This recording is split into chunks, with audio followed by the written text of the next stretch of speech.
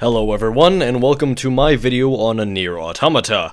If you're concerned about the length of this video, well, first off, I apologize. Sincerely, you have to believe me when I say I tried to cut this video down as much as I could. And also to note that this has been split into 4 major chapters to make this video remotely more digestible.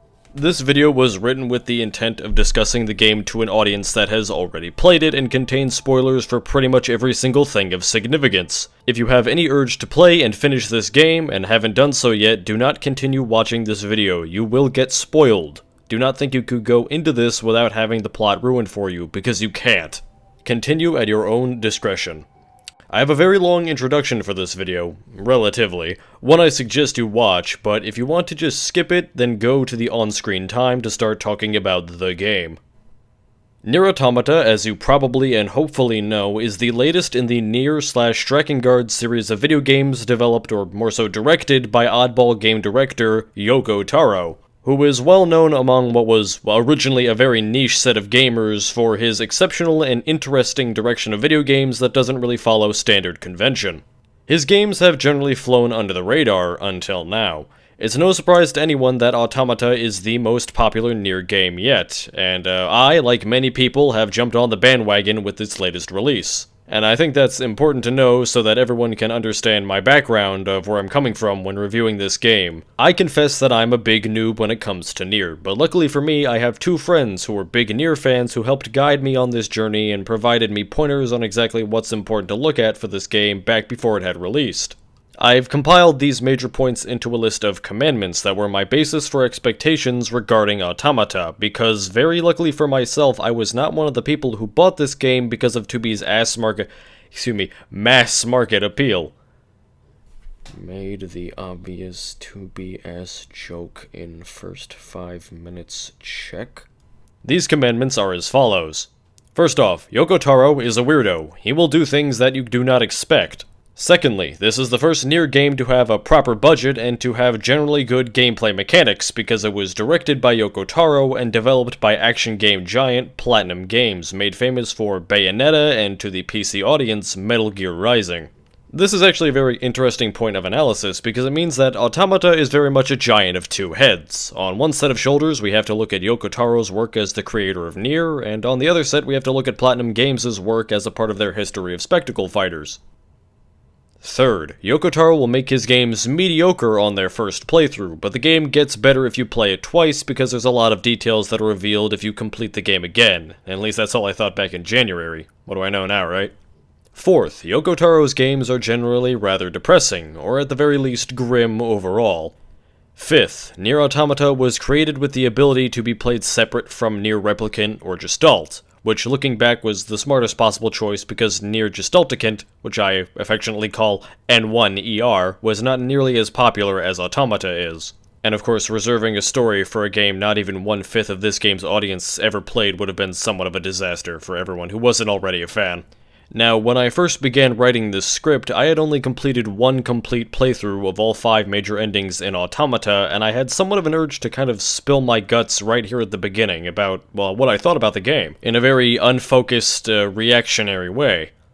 I could safely say that very few games are like NieR. It's been a roller coaster of quality for me, with some of the peaks being something I hope to treasure for the rest of my gaming career, and some of the valleys really making me question Yoko Taro and the games industry. I have a lot to talk about with this game, as you can probably see. My original notes for this game led me to places and topics that I never thought I'd really be smart enough to ever tackle in a video. Like the difference in design philosophy between strange Western and Eastern developers, whether or not Yoko Taro is a good game director at all, and whether or not games should even have cutscenes anymore. And above all else, if NieR Automata was even a good game. I had spent at this moment just shy of 50 hours playing it, which actually did triple by the end of this script, and unlike games such as, I hate to keep using this damn word, Fallout 4 or Garry's Mod, which I could tell you exactly what I think about in a heartbeat, and have 4 or even 40 times more playtime than I did in NieR, this game still had me torn. I originally described it by saying that if I had to give a description of the game right now, I'd say I'd give NieR a grade of an A-. An A- with an extra minus for every major problem I had, an A-, whatever, however many minuses, but never enough minuses to take this game to a B+. And when I started making this video, I really had nowhere to start from, or at least nowhere comfortable to start from, so I've decided to construct this video by looking at every chapter of the game on their own, but at the same time with intertwining information. And that the only comfortable place I found starting at was at, well, where everything starts at, the beginning. So without further ado, ladies and gentlemen, NieR Automata.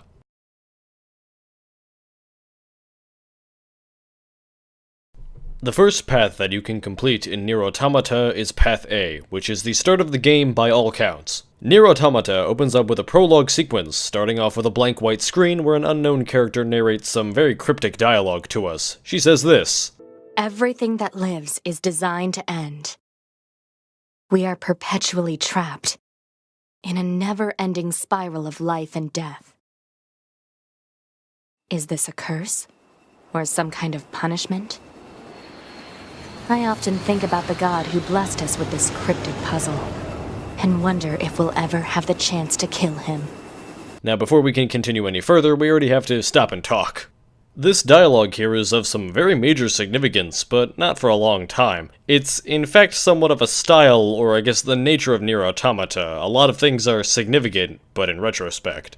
Instead of spilling my topics and guts out to explain why in the very first minutes of this review, I've written this video more or less to mirror some of the thoughts I had when I was first playing these moments myself. I think it would be less annoying to hear first impressions rather than hearing, but we'll get into that later 110 times.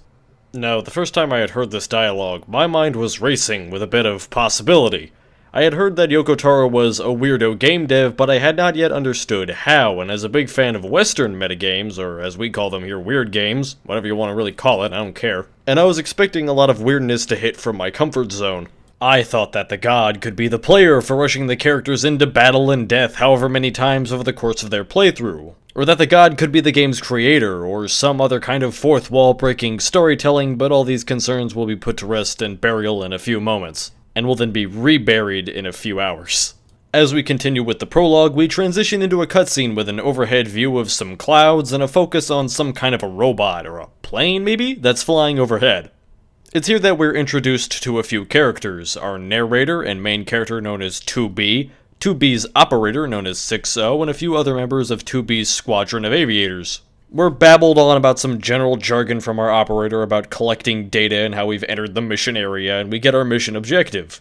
We're to take down something known as a Goliath-class unit. While this conversation is being carried out, one of our squadron members is shot down by some kind of laser artillery, and we engage manual controls, thusly starting the game.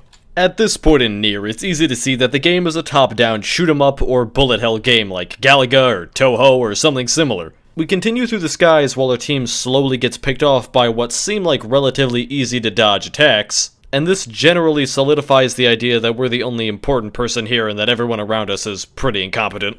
We fly around for a little while doing our shoot-'em-up thing until this happens. Multiple surrounding enemy air units confirmed.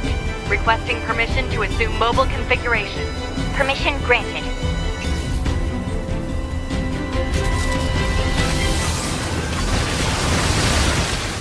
Yes, the game switches genre from top-down shmup to a twin-stick shooter, and it does it incredibly elegantly. All that really changes is the camera angle. This was the first amazing thing I had seen about NieR, and it was rather impressive. This happens multiple times throughout this prologue. We go from top-down shmup to twin-stick shooter to third-person shooter to side-scrolling shooter, and the real game hasn't even started. This is prevalent throughout the entire game as well, with more genres we'll talk about as they come, but I have to say that I can absolutely, with complete certainty say that this is one of the best parts about NieR Automata. The game swaps between so many different kinds of game, and it's all incredibly seamless, fluid, smooth, whatever buzzword synonym you want to use it, it applies.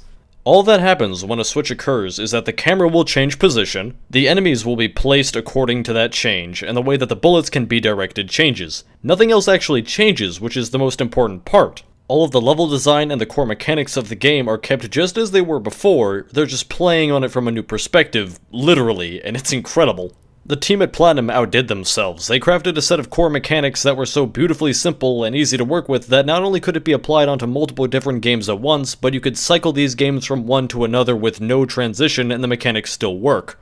The level design is the same. All of these spaces in NieR could have been explored from its usual third-person action game perspective, but they can also work just as well, if not better, from a different camera angle. The camera work here is probably the best that I have ever seen. Just the fact that you can change genre simply by moving the camera around is fantastic, and I think it all comes down to the game's bullet hell mechanics. I said that these were incredibly simple, and they really are, but it's simplicity in its greatest form. Basically, it comes down to this. You can shoot bullets, and the enemy can shoot two types of bullets. Your bullets are not only unfairly faster than the enemy's, their bullets are unremarkably slow and easy to dodge just by walking around. And your bullets can even destroy enemy bullets, if they are the orange/pinkish ones. The enemy, like I said, has two types: orange shots and purple shots. Instead of shooting down the orange-pinkish shots, which will consume both bullets in the engagement, you can only shoot through the purple energy. You cannot in any way destroy it unless you have a melee attack. And some bosses will have a reddish-purple bullet which you just have to avoid. The real engaging part of NieR is how this simple concept is put to the test, how bullets are fired at you and in what patterns, of which there are very many because the game oftentimes will play with their properties, like just for example, Simone's gravity-based bouncy ball attack, where you can go to avoid these bullets and how fast you can kill the enemies firing them, when you can attack while they're in play. Like any bullet hell game, it's about the dodging. Shooting the enemy is easy and is pretty much an afterthought when compared to avoiding damage, because a dead player doesn't do anything. Again, it's incredibly simple when you're thinking about it, but it's not a matter of thinking, it's a matter of dexterity and perceptiveness. Finding the right place to be in at the right time so you don't soak up a big fat plasma shell. But again, that's to this game's advantage. The more complex a mechanic is, the more dependent it is on being played from the angles or perspectives it was conceived in, because you just start coming up with more and more little clauses and tiny details that form a fleshed out system. And of course, this is fine. Most of the best games ever made are made by taking a simple concept and refining it into a well-polished and incredibly deep challenge of skill or brains. But these systems start to fall apart once you make something as drastic as a change in the camera. In fact, I'd go as far to say that there is not a more drastic change that could be made. Imagine if you could play something like Counter-Strike from a third-person angle, allowing you to see around corners without putting yourself in danger. Imagine playing a real-time strategy from the first-person view of a foot soldier, or as a general atop the command tower. Imagine playing chess as a side-scroller. See what I mean? The fact that Platinum made something that could be put under the stress of such a massive change in design multiple times, in real time, in multiple ways, and still come out working just the same and as well as it did before is pretty amazing. It takes a changing camera angle from a massive shift in design to just a change in my controls. I think it all really comes down to the fact that your little pod here acts as a gun in the third-person action sequences, giving the team a reason for the protagonist to be able to participate in the bullet hell no matter where they are. Because the game even mixes genres on top of swapping them. It's crazy. And all they have to do is change the properties of the bullets, sometimes, and once again, the angle that you can fire at, and voila! Another clever thing they do with these perspective changes is hide parts of the map behind the pseudo-screen edge that you think is present, cause once again, nothing about the level design is different, just the camera. It could be more in-depth, or a more detailed system, sure, but I'm glad it's not. It's very engaging despite there not being very much to it, and the fact that there isn't much to it gives it this amazing versatility. If you came up to a series of different game developers and told them to make a game about not getting hit by a projectile, you'd get a wide variety of results because it's such a flexible mission statement. Try the same thing with, make a top-down strategy game based on reflecting bullets back into enemies and rewinding time, and obviously you'll get a much more rigid set of results. There's beauty in simplicity, and NieR proves it. I think the most interesting thing, however, is that it's the main game of NieR that is changing. A lot of games, especially open-world games from here in the West, are known for having mini-games that are different genres but act as a refreshing distractor from the main gameplay loop, like gathering plants or picking locks or any of the infinite number of different examples that exist. But with NieR, it is the whole game that changes. Now, earlier I mentioned something about an action game, and we're about to get into that, don't worry. Once our squadron is thoroughly wiped out, except for us, we're told by 6-0 to go and rendezvous with someone called Unit 9S and to keep carrying out our mission. We crash our flight unit into the building we've been flying towards, and the real character of 2B is revealed, to the delight of all people who are going on a waifu drought. By the way, shout out to all of the other 0.1% of Steam users who don't have the achievement for looking up 2B's skirt. We shall all die as pure as we lived. This is where the game finally reveals its true genre, a spectacle fighter, Platinum Games' specialty. I'm not really the person who has any real right to determine this, considering I've only ever played MGR, but I have to say that of all of the other Platinum games, I think that NieR shares the most strings with MGR. But with some obvious changes. The bullet hell mechanics are still present even in the spectacle fighting mode, and this is something that I'm very glad to see. Bullet hells mixing with action games is a concept I always thought would work. I've even tested it in my own game prototypes, and it's great to see someone with an actual budget and a skill to make a good argument for its existence. It works the same way as it does in every other part of the game and fits just as naturally. When we enter the building, we kill some small bad guys and soon come face to face with our first mini-boss, a giant and seemingly sapient excavation arm. On my first playthrough of Automata, I tried hard mode because generally I think that's where someone of my level of expertise should always start, especially considering most games' hard mode isn't really that hard. NieR Automata, however, has a very different interpretation of hard and makes the difficulty spike from medium to hard absolutely ludicrous. You won't properly see it here, at least not yet, but the spike in damage is insane. This is where I first died in this prologue sequence, and when you die here, well, you start from the very beginning, almost like a spiral of life and death. And it very much is a spiral because a lot of people's pride, but totally not mine, guys, I promise I didn't spend 2 hours here, will get them stuck in this prologue sequence as they keep trying and trying and trying in what is pretty much a vain effort. And it really frustrates people because you have to go through 5 minutes of unskippable crap before you get another stab at this boss who can kill you in one hit and very easily. Unless, of course, you swallow that pride and go down to normal mode. This is where the platinum in the game kind of phases out for a moment and the Yoko Taro phases in, because apparently Yoko Taro is just the kind of person who really likes to fuck with reviewers, and intentionally try to skewer his review scores because he thinks it's funny. It's obvious as to why this is terrible game design. It basically just inflates the amount of time you take between attempts, which is a very basic sin for difficult games. The more time that elapses between a player failing and the player getting to play the game properly again, the more frustrated a player becomes because they feel as though their time is being wasted. Now, I didn't expect Yoko Taro to actually get that many developers with this little trap, but after doing some research, it turns out a lot more game reviewers play games on hard mode than I thought they did. So you know what, props to Yoko Taro for, catching everyone, I guess. I haven't heard any stories of anybody quitting the game over this moment yet, but I will keep my eyes out, because that would be hilarious. Maybe I should go check joysticks, right? Oh, and by the way, in case you're wondering about that opening monologue, yes, I do have some feeling that a lot of that was written, because at the end of this moment, a lot of people probably wanted to kill Yoko Taro. Now, on our second attempt, we defeat the giant robot arm with the help of some kid in one of these robot suits. This is 9S, our new partner in crime, who acts as the supporting main character for the rest of this playthrough. He's going to be doing reconnaissance and support while we make our way through the rest of this facility.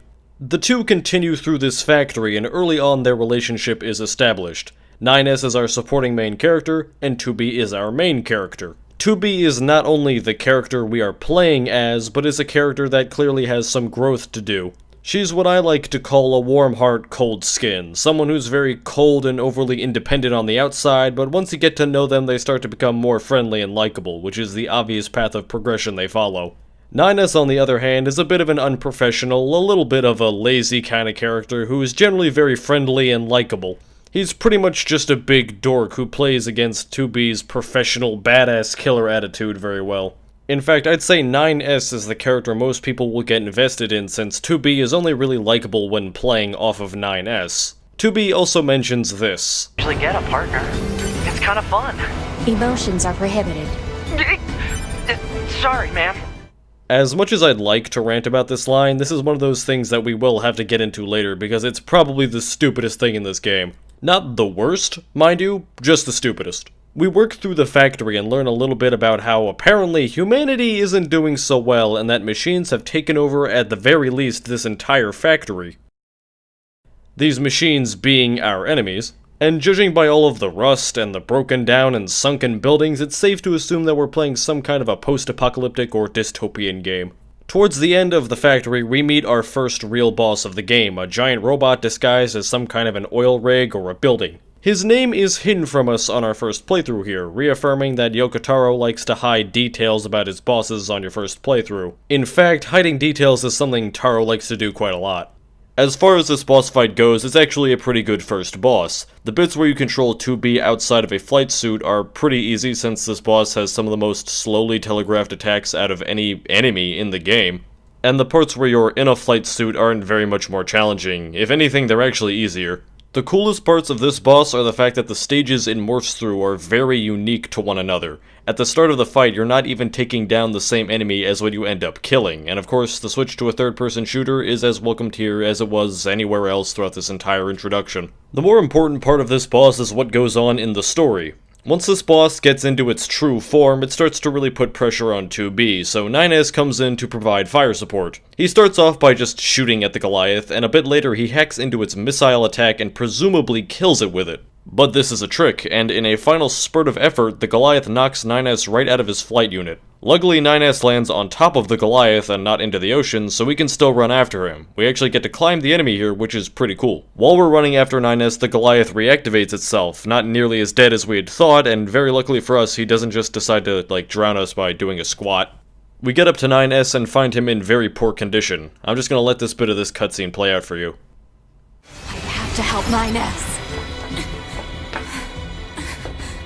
I have to repair him. Hod, get me staunching gel and logic virus vaccines. Then access the— Inadvisable. The subject's vital signs are too poor to attempt field repair in Shut up! current... Just do what I say! 2B. Just go. You shut up too.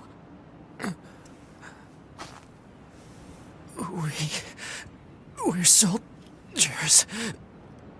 We take pride in our service.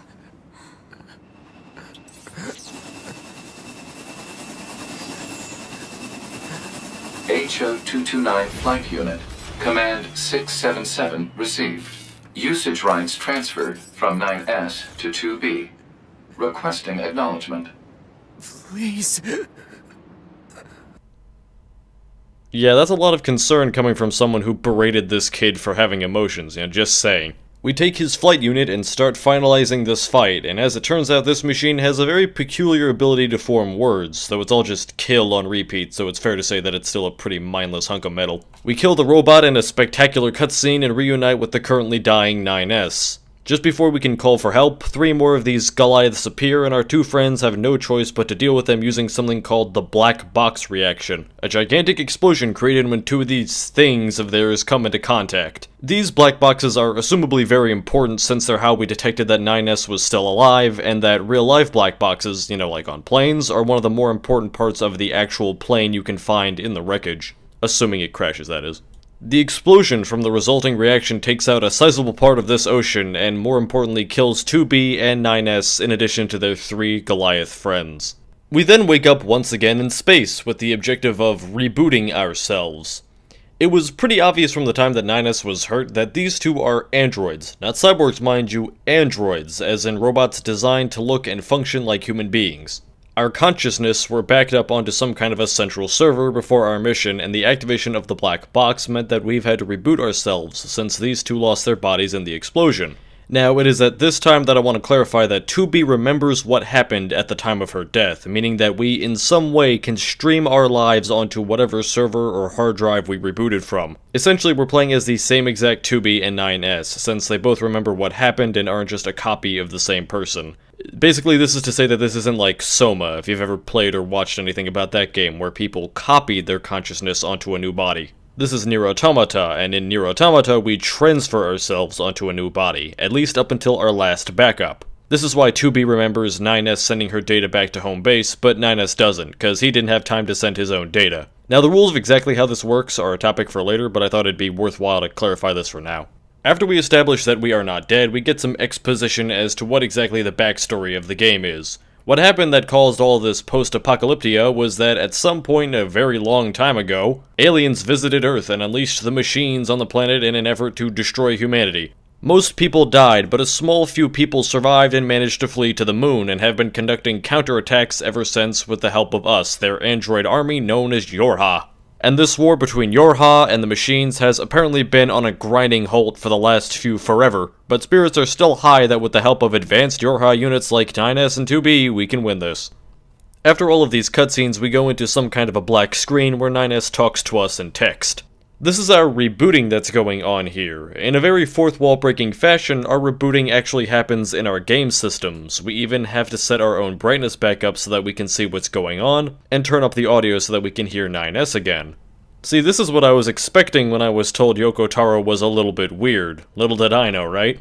We're told that this entire process is being recorded for posterity, and we have a little dialogue with 9S before we pack it up. We wake up once again to even more cutscenes, and afterwards 9S and 2B once again partner up permanently. We also pass by an access point, which is basically just a save point. It should be noted that for a game that started off with a very interesting pitch on how it handles save games, this game has some of the most vanilla saving ever. You find a save point, you save at that save point, and bada bing, you're done. It's still clever that this is tied into backing up your data, however. In fact, the whole user interface plays on the fact that we are robots, which is pretty much the thing you have to do when your main character is a robot. So it's nice to see the obvious trick once again get to show itself off. Once we're all done here, we get our first mission. We need to rendezvous with a third faction, known as the Resistance, who operates on the Earth's surface and deploy down there using flight suits. Now, while we go to the surface, there's only really one interesting plot development that happens, and that's that when we finally get onto the planet, we meet some machine lifeforms who are not hostile, they're passive.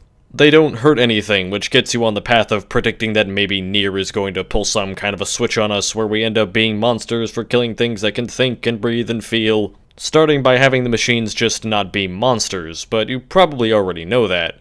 It takes us a bit to get to the Resistance camp, and in fact I'm going to intentionally prolong the footage here because I wanted to talk about myself for a moment because I'm a narcissistic cunt. If you want to just skip back over to talking about the game, go here. So, a lot of you who have already played NieR might be asking yourself why I'm reciting the plot to A, beat for beat, if I intended to make this video for an audience that's already played it. Well, the answer is that I just write like this. You'd be surprised how often people either forget things about a game or just watch videos because they've never played it, and this is also a sort of a note-taking that helps me understand everything I play. It keeps everyone on an even playing field, and it's also just good for gathering examples, because you can maybe talk about a boss at one point in the video and then reference that boss later on, and everyone will know what you're talking about, even if they might have forgotten it before or have never played the game. Also, it should be noted that A and C are the only playthroughs that facilitate this kind of writing. B, D, and E will take very little time in comparison. This video is basically a camel, or maybe a well-stacked chest. We only have 2 big summits to climb, but not much more. Now, that's enough about me, but one last thing before we progress, I want to parade the fact that I absolutely love the city ruins in NieR Automata. I am very much a fan of vegetative post-apocalypses. And I have to say that the city ruins were a fantastically welcome sight on my first playthrough. One thing I noticed, however, was that there was an awful lot of reused assets and a general lack of detail to what is supposed to be the ruins of a city. Now, in-game, it's been 7,000 years since the world ended, so I have no idea how any of these buildings or cars are even still around, but that's irrelevant. The game just looks very barren, and there's actually a reason as to why this is, and it's frame rate. Platinum Games is known for sacrificing flashy next-gen visuals and cluttered environments for a stable 60 FPS on consoles because they feel like their action games should play as smoothly as possible with the fastest possible reaction times. This is the best possible choice they could have made. There is no world in which a bunch of dented-up street signs and more car models would have improved Automata as much as what should be our industry-standard frame rate has. I lament the fact that the game doesn't look better, because like anyone else in the 21st century, I play on a PC, but I'm glad that the game runs smoothly on the PS4. No one's gameplay should be sacrificed for graphics that will become outdated in a few years. And another thing I'd like to commend Platinum for is the fact that, apparently, Automata has fully rebindable controls on consoles, which is a fantastic leap forward for the platform. We get to the Resistance camp and meet with their leader. She calls us number 2, apparently remembering to be maybe, but she seems a little nervous about it. Maybe she's mistaken us for someone else. She tasks us with talking to some of her people to gain information about the situation of the mission area, but in reality we find that these guys are just utility NPCs. 2 shops, and one of them is an options menu type thing. These guys just give us some side quests. Now, while NieR Automata doesn't really have a static type of game, as we've already seen, don't let the mention of side quests, or the fact that there's a level up bar in the corner, get you thinking that this is an RPG. I have very strongly rooted opinions on what makes an RPG, and let me say that NieR is not one, because there's not really any role-playing. Which, by the way, is not a bad thing. Something is not bad just because it isn't an RPG. Now, these quests are fairly mundane. All we need to do is skip around and grab some stuff for each of these 2 shops and return once we've collected them. Doing this opens up a weapons shop and the general shop's ability to sell plug-in chips, which are character upgrades. The third person didn't actually have any kind of quest, she just wanted someone to talk to. All these quests also have a neat little story to them, but we don't have nearly the best ones yet. While exploring around, we also have our first regularly scheduled contact with Operator 6-0. 6-0 is another recurring supporting character of ours, and once again she's actually likable because she's happy-go-lucky and yearns to see Earth once again. The setup for a future more warm 2B is uncanny now. We return to Anemone, the leader of the Resistance, and she gives us another job to investigate some machine sightings in the nearby desert, so we head out there.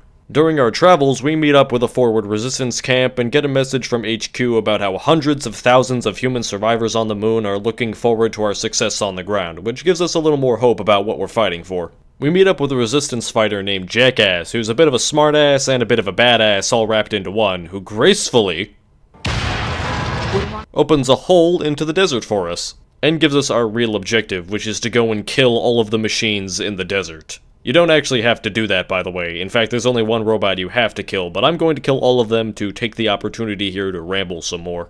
So the first thing I wanted to mention is that it's weird for 2B to even be on this mission. This was originally a reconnaissance job, and 2B is a combat android, not a scanner like 9S. But as she says in the game, orders are orders. And the second thing I wanted to quickly talk about is a certain distinction that helps us a lot with the plot here. These resistance fighters, these guys, these are androids as well. I originally thought that these were human or cyborg fighters that were deployed to Earth, and that never got to the moon. So they're fighting for the same thing that we're fighting for. Now, the more important thing I want to talk about here is the fact that we've cycled over through 2 entirely different new areas without any kind of a loading screen. NieR Automata is touted as an open-world game, and while it is open-world in the sense that you can move throughout it without any kind of loading screens whatsoever, it's weird to call it necessarily an open-world game. It's more like an open-level game. There's different areas that you can explore that all have their own theme and are very open to exploration themselves, but the world itself isn't like a giant flat space of explorable stuff. It's more so that the game has all of these open-ended levels and lets you bounce between them however you like. Imagine that there's like 10 medium-sized spaces all stitched together with transitional paths and tunnels instead of one gigantic space. The reason I think that this is interesting is that it mirrors a recent trend amongst the biggest of Japan's games to be open-world titles. This is no doubt following the also very recent trend of single-player Western games that are all open-world titles. This whole thing started around maybe 2012 or 2013, and I think we've been seeing a little bit less of it now, but I think it's rather strange that Japan seems to have taken up the mantle just a bit after its mass popularity. I mean, we have games like Metal Gear Solid 5, this, Legend of Zelda Breath of the Wild, here the new Final Fantasy had a lot of car driving, hell, I think even the new Mario game is open world. Now, I can't speak for any of the Nintendo titles on this list, or Final Fantasy, but I found Metal Gear Solid 5 to be an enjoyable game, but one that didn't really make a good case for open world. MGS5's open world was a lot of blank and empty space in between oases of content, but NieR isn't like that. NieR has a lot of little distractions to keep you from thinking about how you're just running around, but also doesn't have massive swaths of nothing to distract you from. And more importantly, the movement is fantastic. Jumping from building to building, or sliding down sand dunes, or jumping around on theme park cars is all really, excuse my buzzwords, fluid. It just clicks naturally, and it's because of how many different kinds of movement there are. You have your dash, sprint, jog, jump, double jump, air dashing, and hovering. You'll probably spend most of your time jumping, sprinting, air dashing, and hovering, though. And this all feels very nice. The level design took them into consideration very well. There's a lot of times where two platforms will be just far enough to hover between and still safely grapple onto. It's very satisfying. There's also stuff to explore and find, some of which is hidden for later playthroughs, and most of it is just items and quests, which honestly are the best parts of exploration. But there are also these things that I like to call gadgets, which are just these little interactable items that have real significance to the story that you can find if you look around enough. Quests are the most common, but there are various trinkets and baubles hidden around, like I said, gadgets, that will tell you about certain characters or tell you stories that just exist in the world. And some of these stories also have a kind of silent significance to the people who have played previous NieR games. The world building in NieR is actually fantastic, but I just don't have time to properly go into that yet. So after we slide around in the sands for a while, we find a strangely sapient robot who actually has the audacity to run away from us when we try to kill him, and leads us to another part of the desert where an old city is buried in sand. Following our new friend, we start to meet some more machines who can actually articulate certain very basic thoughts, even feelings at times, once again shoving us in the direction of some kind of a moral quandary debating whether or not these robots are people and if it was okay to kill them. Right? We follow our new target through an android graveyard, and then into this, which I will allow to explain for itself. Child. Child. Child. What is this? My love. My love. Don't listen to them, 2B. Together forever. Together forever. Carry me. Carry. They don't have any feelings. They're just imitating humans. After a while, these guys here get mad at us, and once again, I'll let you see it. This cannot continue.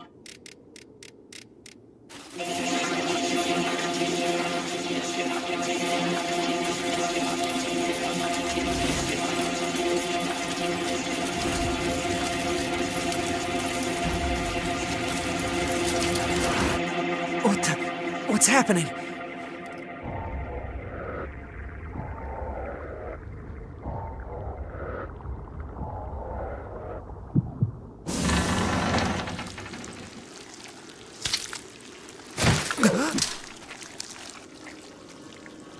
An android? No! This is a machine!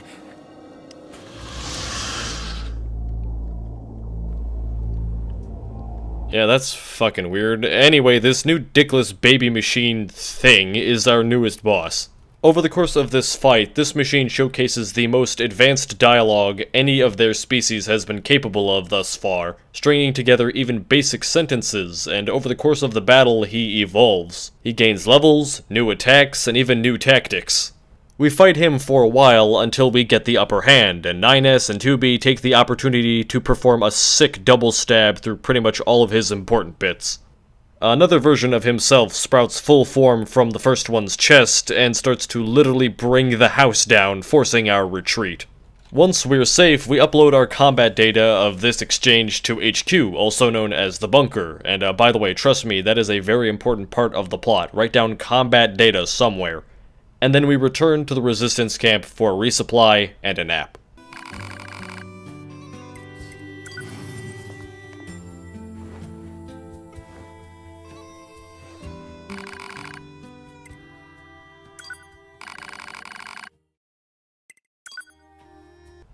Once we're done napping, we rush back out and get a surprise transmission from the commander of Yorha. Apparently, several androids who are making their way to Earth lost contact with the bunker, but still have their black boxes transmitting data, so we're told to go and find our missing-in-action comrades.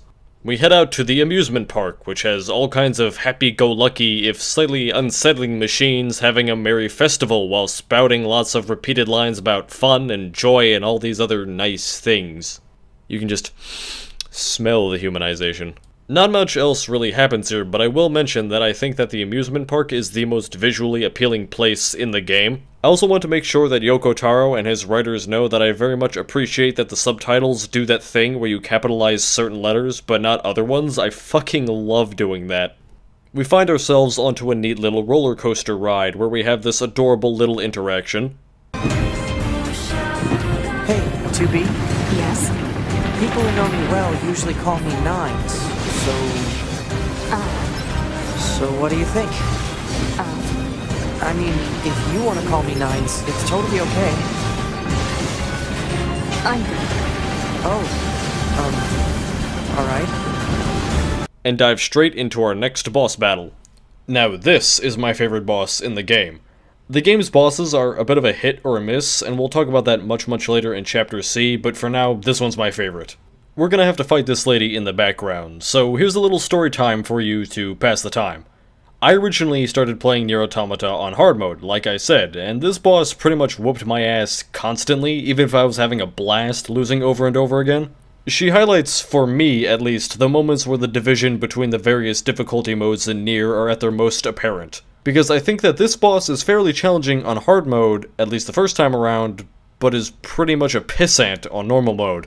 The reason for this is that this is one of the only bosses, if not the only boss, who lets you restore your own health. She has additional enemies who will drop health kits on a chance once killed. She also has checkpoints on her various stages like the other bosses, which will set her health to a certain level once you reach them. But none of that is really the big issue. The issue I have with NieR's difficulty modes is that they're kind of boring. The game has 4 difficulty modes. Easy mode, also known as I need to get this review out as fast as I fucking can mode. Normal mode for people who aren't too big into action games, hard mode for people who like a real challenge in their action games, and very hard, in which you die in one hit no matter what. Now, truthfully enough, there are certain mechanics that are changed on bosses between modes, but they're little things. Like, for example, this very boss here has an attack where she activates a spinning blade near her feet and runs around the arena. On hard, this blade is active throughout the entire attack, and on normal, it sometimes takes a little bit of a break. And there are a few other examples of similarly small but noteworthy changes on a few other bosses. And mind you, I do appreciate the fact that these exist in the first place. But aside from these, the major difference from normal to hard is that on hard, almost everything will kill you in a hit, and certainly everything will in at most 3, and that's like the weakest attacks. But on normal, you're probably not ever going to die at all outside of a very few instances. And there's no change in the core mechanics between these modes. Dodging is the same between all of them, and the bullet patterns are also, from what I can tell, exactly the same. I can't tell for sure, I'm not an insider at Platinum after all, but it seems to me that the biggest culprit behind the massive shift in how much damage you take is because of the fact that healing in NieR Automata is far too easy. In this game, if you have a healing item and you want to use it, all you have to do is scroll down, press E on it, and bada bing, you're done. There's no animation that has to play out that puts you in danger, there's no limiting factor aside from the fact that you take your eyes off the boss or enemy to use the menu for a second if you want to switch which item you use. There isn't even a timer on how many you can use at once. You can spam healing items as fast as your poor fingers will go if you really feel the need for it.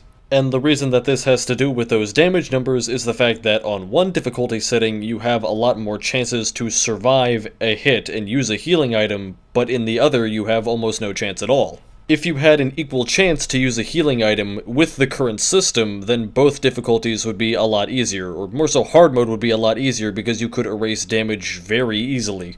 And it's the fault of the healing. It's just silly that you can heal like this without having to be in some kind of a relative safety to use the menu. I know Yoko Taro doesn't really care about this kind of stuff, and yeah, for anyone who hasn't started their beginner course in Taroism, that does sound weird, I know. But it's still easy to see how flawed this is.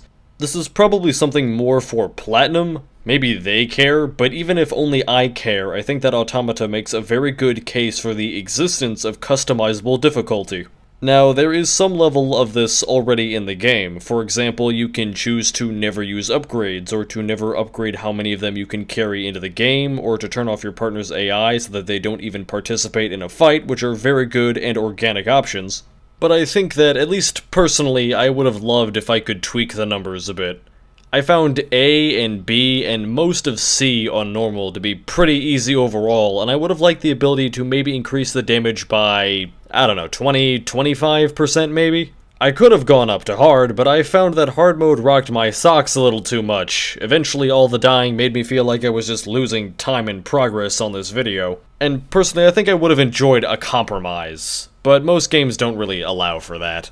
In fact, I can't really think off the top of my head of many games that have scaling, or more so scalable difficulty. There's Oblivion, the Elder Scrolls Oblivion, that is, but that's about all I can really think of. I think that in reality, the healing is what really needs fixing, even if just by giving a little animation where the player injects or eats the healing item, or however we use this, for all I know it's a lotion.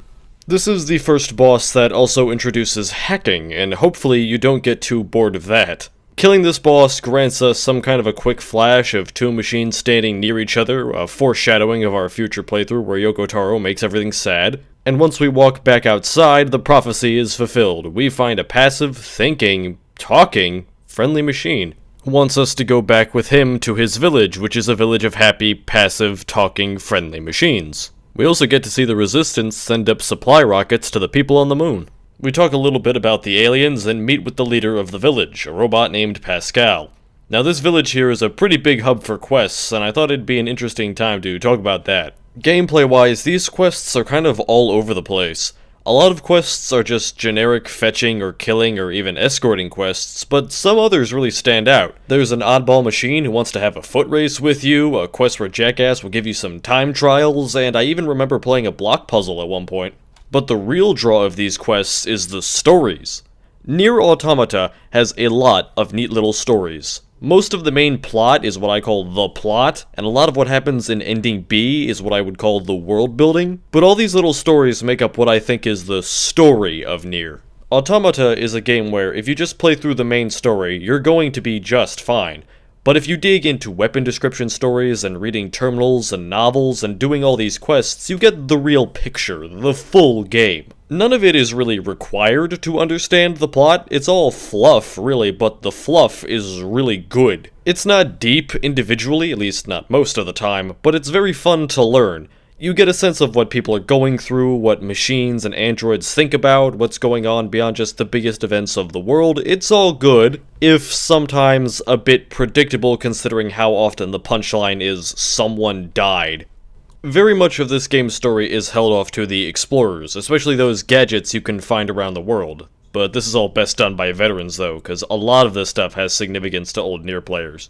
NieR Automata doesn't really even have an incredibly direct connection to NieR Replicant/Gestalt, or Gestalticant, at least not for the purposes of understanding and enjoying Automata on its own.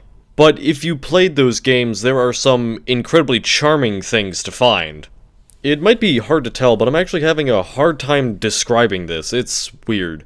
Like many other games have had things like side quests and weapon descriptions, references and all, but for NieR it just feels different. It feels like a very integral part of the game to go out and search for all these little tales in the vast world of NieR, but you don't need to do any of it to get the plot. It's not like other games where all the world building is just information about politics and groups and events in the universe. Most of these quests and weapons have nothing of the sort, they're just neat tiny little stories that you can listen to. But without all these tiny stories, the game's overall story feels incomplete. And this is nothing to say, of course, about the vast array of novellas and fucking, I kid you not, screenplays written about these games.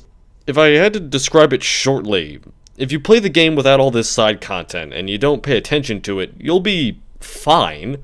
You'll very much enjoy and understand the plot of NieR, but if you take the time to talk to people, you'll learn the story of NieR. That probably doesn't make very much sense, but it's the best I have. If you've ever played the game, you probably know what I'm talking about. Maybe. So, after doing however many quests that you want, we get a mission from Pascal to bring a fuel filter, which Anemone needs, back to her at the Resistance camp, so we go and do that. These robots here, and their leader, are some pretty nice people, staunch pacifists, so it's now solidified in my mind that there's gonna be some kind of an ethical quandary about murder in this game, right? On our way, we get another cute little regularly scheduled contact with 6-0. Operator 60 to 2B? Time for your regularly scheduled contact. 2B here. What's wrong? Oh. There's this operator I kind of liked, but when I asked her out, she turned me down. Honestly, 2B, I don't know how I'm supposed to go on living. I am definitely not the person to discuss this with. I don't think I can stand spending one more day in this bunker. You leaving would be bad for me. It would affect mission efficiency.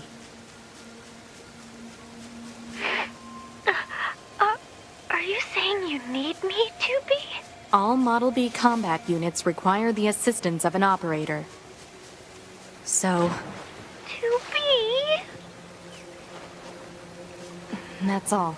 Closing this channel.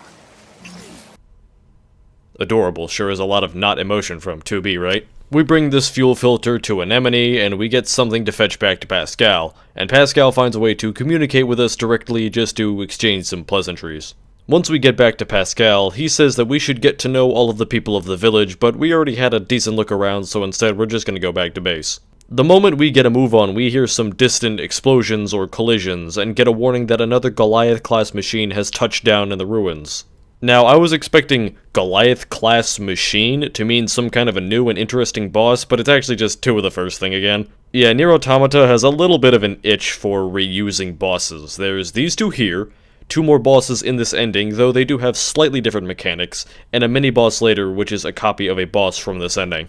It's never too bad, and there's generally enough variety to keep you going throughout the game without groaning about how you've already fought something, but it's still kinda disappointing to do a fight you've already done, just naturally. Bosses are supposed to be these amazing climaxes of the story and the combat, and to see that these peaks in excitement are wasted on old hats is kinda boring. Unless you have some kind of a reason like you didn't kill the boss the last time and this is round 2 or whatever. There's nothing really interesting about this boss until it's dead, so we're gonna hit the brakes again while this plays out. So let's talk about NieR Automata's PC port. First off, let me say that the actual game, outside of some control issues, is perfectly playable and functional. I never had any dips below 60+ in the entire game outside of the cutscenes, which were pre-recorded at 30 FPS. But the actual game is fine. The options menu is decent enough, but the thing that you should note about what I'm saying is that my copy of NieR Automata is fine. NieR has apparently had some pretty rough problems, especially near launch where people were getting widely different qualities of ports even if they had the same PC hardware. It was basically luck determining if you got an issue-free release or not. Even my PC copy has issues. I can't go into full screen, only windowed, which is probably the biggest one. I never encountered any bugs outside of some weirdness with AI pathing, which is pretty fantastic. But this game is another clear example of the growing pains Japanese games have been having with PC ports. Japanese PC ports are generally not what we would call the best. They have been getting much better as time has gone on, but there's still room for improvement. The reason that this is, well, reality, is because Japan doesn't really care about the PC market, or didn't. Because the PC market in Japan is still rather niche in comparison to people who play on PS4s and to a lesser extent Xboxes, and that Japanese game devs generally care more about their domestic market than their foreign ones. Slowly, this is going to change. I mean, it just has to. The East can't keep its games from the West forever, and the West can't even pretend to be disinterested in the East's games anymore. So eventually, growth will happen, if only because of the fact that there's money to be made across the Pacific. In fact, a few weeks after this script's writing, and this is kind of an errata here, Platinum Games themselves even stated that they'd be bringing a whole bunch of their games over to PC, starting with the recent Bayonetta port, which I hear is just great. And as far as this overall process is concerned, I imagine NieR is actually going to play a part in that as well. This game was wildly successful for Yoko Taro, and a big hit for Square Enix and Platinum, showing that once again there is a market for their games in the PC that is significant enough to pay more attention to. I imagine Platinum already kinda knew that PC gamers enjoyed their stuff. Metal Gear Rising was pretty successful over here and had a lot of critical acclaim, and I'm glad to see that more games are coming over to my platform from a place that has generally not seemed to care much for it. Now, that one thing about NieR's port that was bad, the mouse control on any bullet hell segments is so bad. So bad. You can probably see how the mouse is constantly spasming left and right even if I hold it still, and that's because the dead zone on the mouse is absolutely minuscule.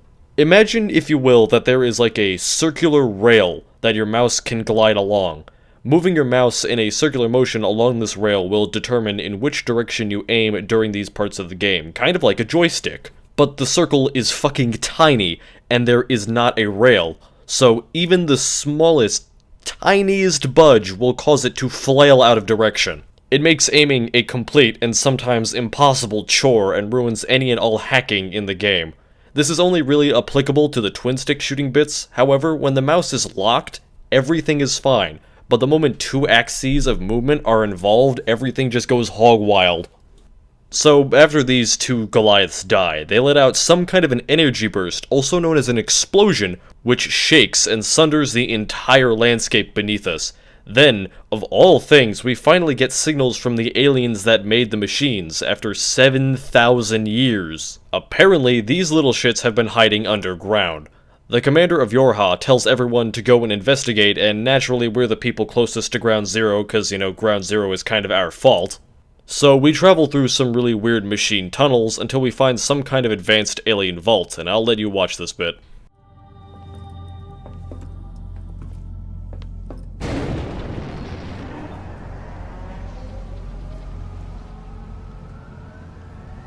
Are they dead?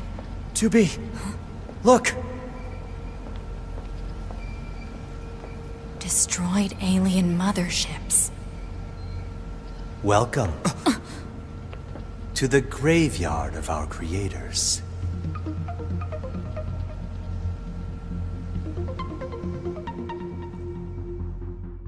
Ah, crap, these assholes are back. So basically, these guys are gonna exposition at us for a while. Here's the skinny.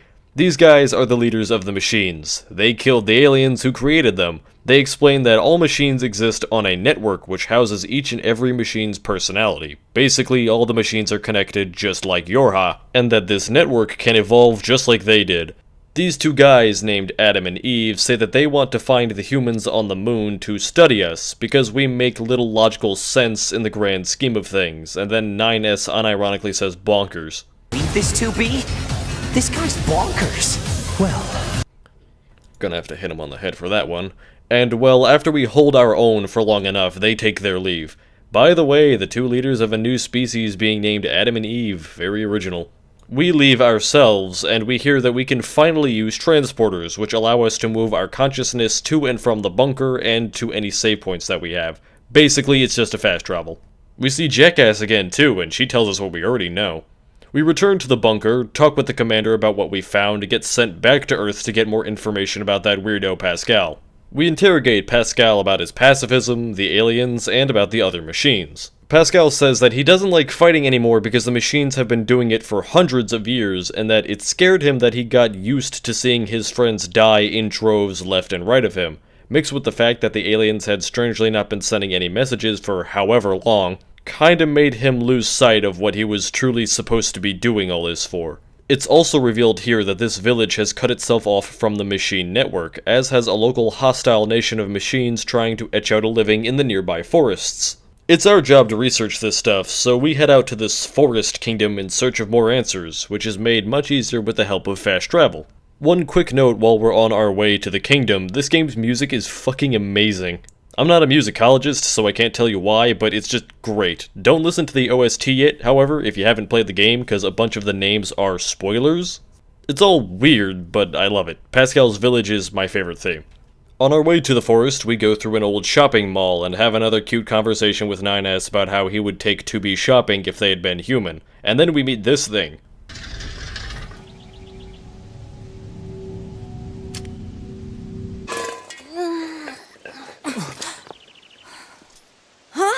Hey, where am I?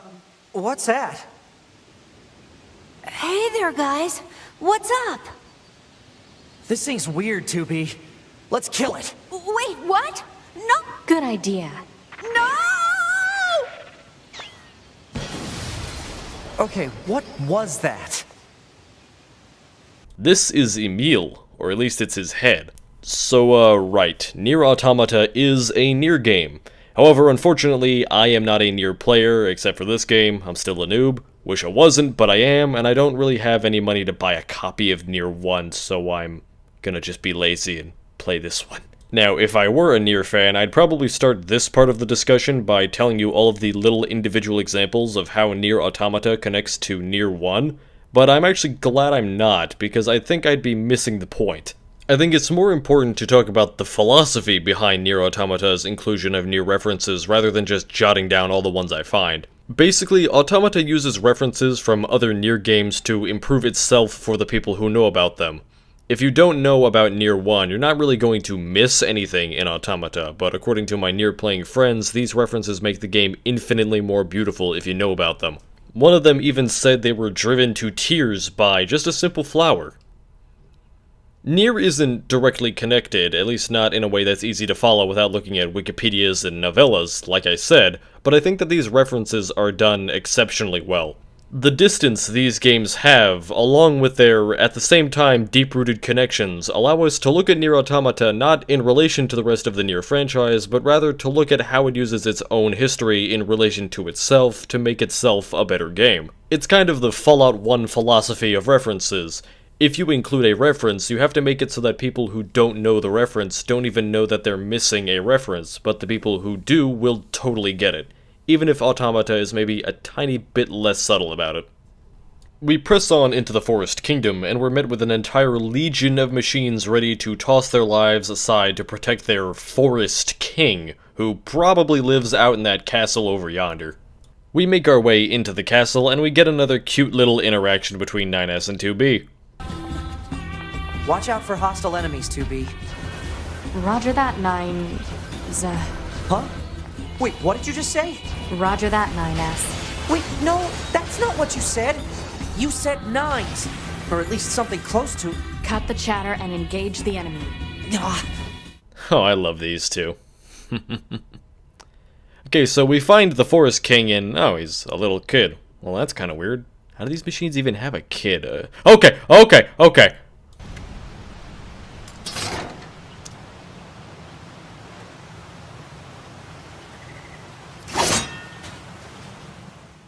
Everybody meet A2. She's going to be very important later on, but not so much for right now. It should, however, be noted that this is basically the moment that divided the new NieR community into two camps. The people who like A2 the most, and the people who like 2B the most. And I'll let you all bicker about it in the comments section. We fight off A2 for a while, and once we hurt the poor girl enough, she says this. Why? Why did you betray us? Command is the one that betrayed you. Ooh, cryptic. She runs away, we try to chase her, she gets away, and 9S gets the idea to go to Pascal and ask around there about A2. Pascal has heard of A2, but doesn't know for sure any real details, so we just head back to the Resistance camp. Just in time for our next regularly scheduled heartbreak. Operator 60 to 2B. It is time for your regularly scheduled contact. This is 2B. Nothing to report. Listen, 2B. I was looking at images of flowers today and... Flowers? Yeah. There wasn't much left in the bunker's records, but I found one called a lunar tear. I bet you'd look really nice if you put one of those in your hair, 2B. It'd suit your stylish looks. Don't need it. Aw, don't be a stick in the mud. What kind of girl doesn't want to look good sometimes? I'll let you know if I find anything else cute, okay? I don't need to hear about... Operator 60 out. Hurts, don't it? We return to the Resistance camp and we're told by Anemone that she wants our help in protecting some missiles the Resistance is trying to get onto an aircraft carrier. But she does mention that if there's some more important Yorha business we need to take care of, then we can do that beforehand, and that it's no big deal. This little sentence here actually means a lot to me. I play a lot of open-world games with a lot of side quests, and very often do I find it hard to rationalize doing the optional content in a story where the main quest is infinitely more important. NieR Automata gives you plenty of opportunities for downtime, times where you could totally justify 2B and 9S going off to do something else because the main story isn't so incredibly urgent that it demands their immediate attention. And in fact, most of the times where it does demand your attention, you don't even have a chance to go out and do side quests because you're doing the important thing. It has a really good pacing. I never felt like I was clashing with either the story or the gameplay to do either side content or the main quest. We've done plenty of quests by now, though I do recommend you take every opportunity to complete as many quests as possible. Hell, take the time to find all of the references and archives and stuff too. The side content is fantastic. Some of these side quests even lead to new endings. In fact, that's another good point to quickly mention about NieR. It obviously has a very interesting idea of what endings are. The most interesting thing about NieR's endings will come once we're done with this chapter, but the fact that the game has 21 joke endings is, well, it's impressive for whatever reason you really want it to be. Helping out the Resistance leads us to yet another new area, where we fight off a few machines trying to make their way to our missiles. Once we clean up here, the commander tells us that the carrier vessel we're supposed to get these missiles to has come under fire from the machines and that we need to hop in some flight units and provide backup. The enemy deploys a Goliath flyer at us, and we kill it no sweat, saving the boat from this last boss and all of his forces, securing a safe spot for these missiles.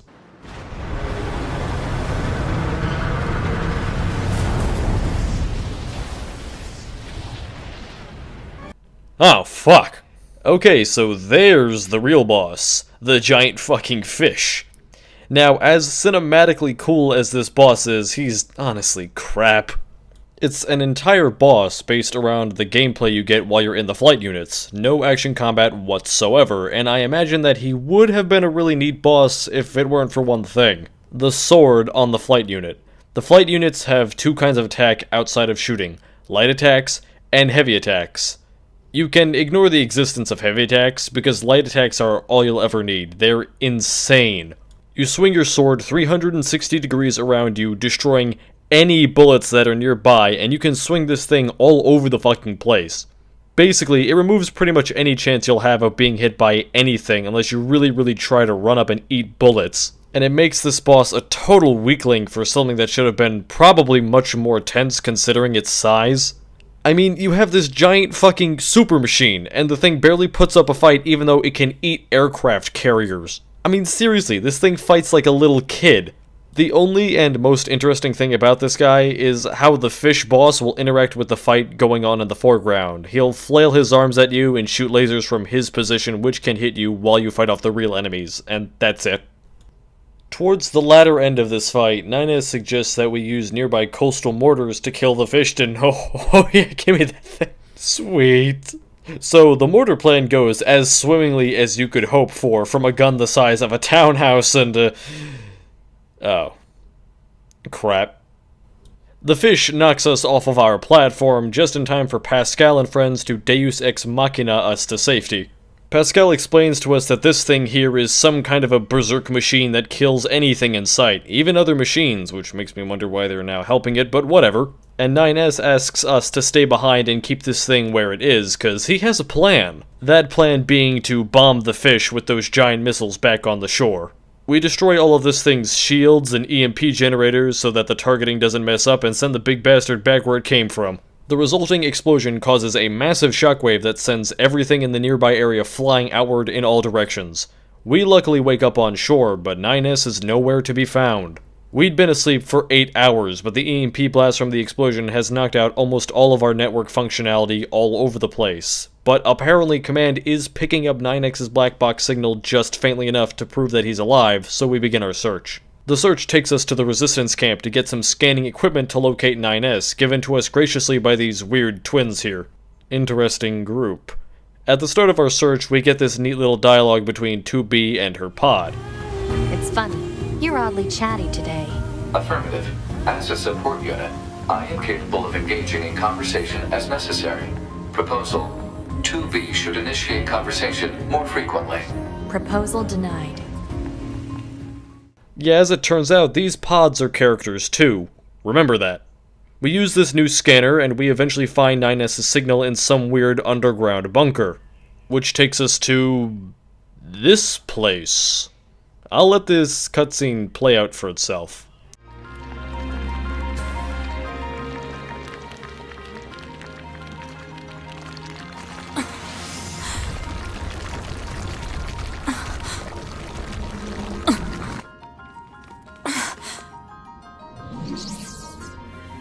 Welcome to my beloved city. Yeah, so he's back, and we have a long-winded conversation which is of some fair significance. Basically, Adam here is still trying to understand humans and says that the root of humanity is conflict, and also confirms that the machines exist on a network, but also claims that throughout the bloodlines of their species, none of them have ever had any true life, as he describes it. No concept of death. They all act like, well, machines, and this disappoints him. Adam also says that he has disconnected from the network, and we begin his boss fight. The start of this fight is pretty neat, but it doesn't come into its own until this.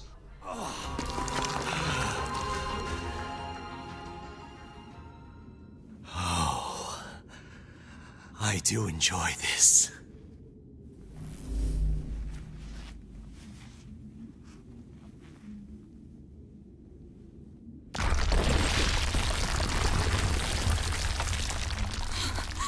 Nines!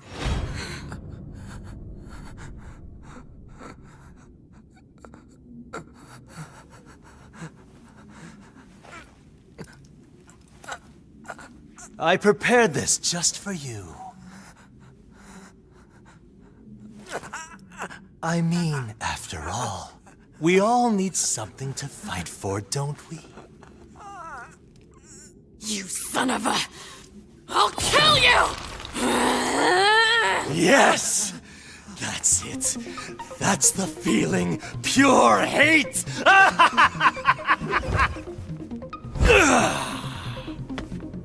Come to me! Now, I'll talk about what just happened in a moment because it's the most important part of this game for me, but for now, we have Adam's boss fight.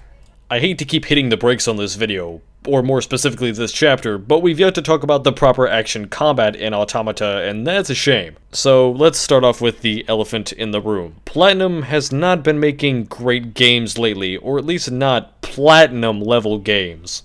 The Legend of Korra, the Teenage Mutant Ninja Turtles in particular, and that Transformers game did not end up being the smash hit success games like MGR and Bayonetta that Platinum used to make. I can safely say that Automata is much better than any of those three games that I never played, but it's not perfect either. If I had to describe NieR's combat, I'd say that it's broken.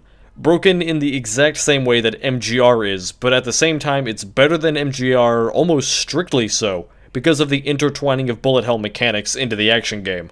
The dodging, the lack of any real combo meters or anything like that, and the controls, at least on PC, for NieR are all subpar. It's overall serviceable, and in fact very stylish thanks in heaps to this game's amazing animations. Like seriously, just look at this.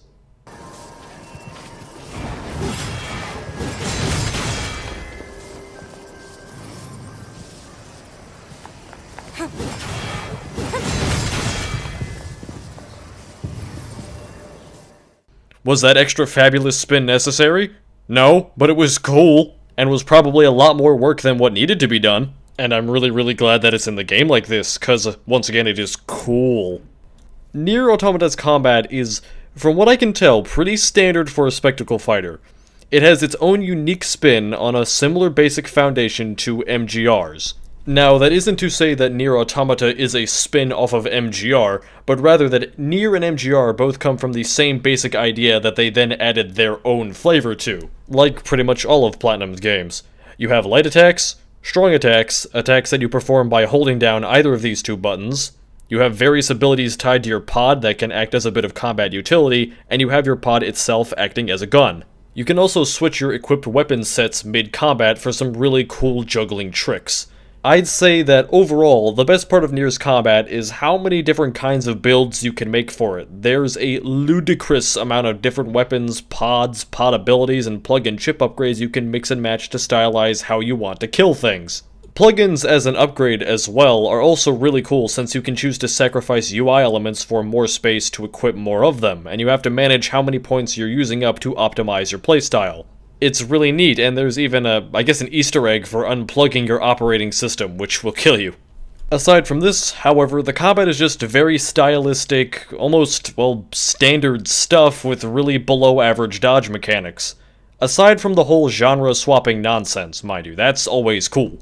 In NieR Automata, you can dodge enemy attacks. Doing so will make it so you go into a temporarily invincible state, and if you perform an attack during or just afterwards this state, you get a spectacular little move which inflicts a lot of damage to the enemy. The problem with this game, however, is that the dodging is so damn easy. The timer for what the game classifies as a successful dodge is far too lenient, and the game doesn't seem to be against allowing you to spam your dodge button over and over and still get a dodge. Remember how in MGR you could just keep hitting light attack and a directional key within multiple seconds of an incoming attack and still get the parry? It's a lot like that. The controls this time around are, however, worse. To dodge in NieR, you have to double tap a directional key, which will either just dash you away or perform the perfect dodge if you get the timing right. And I'm sorry, but double tapping a key is not a good control scheme for an action game. This is a genre where your ability to react to things quickly and respond to them in a timely fashion is incredibly important.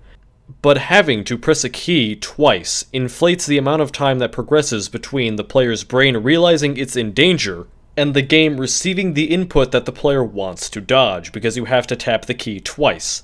It's totally artificial, you're just hampered by this system, inarguably so. You're physically limited by the fact that the game wants 2 inputs rather than just 1.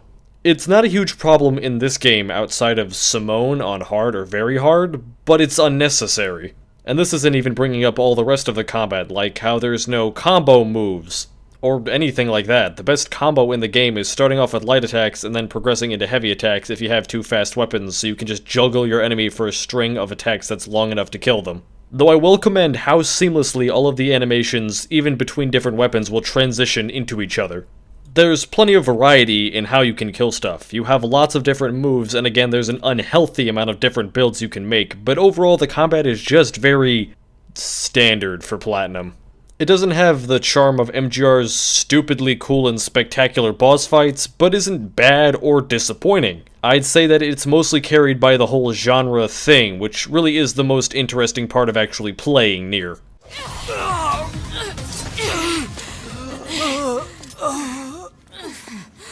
Is this death?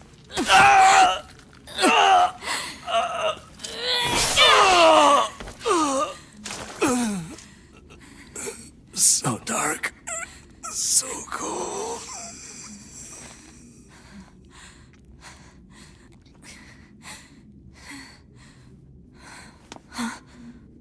NieR!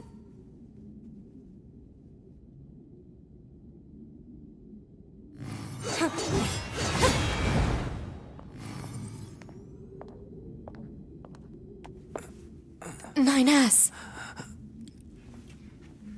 To be. Come on. Let's go home.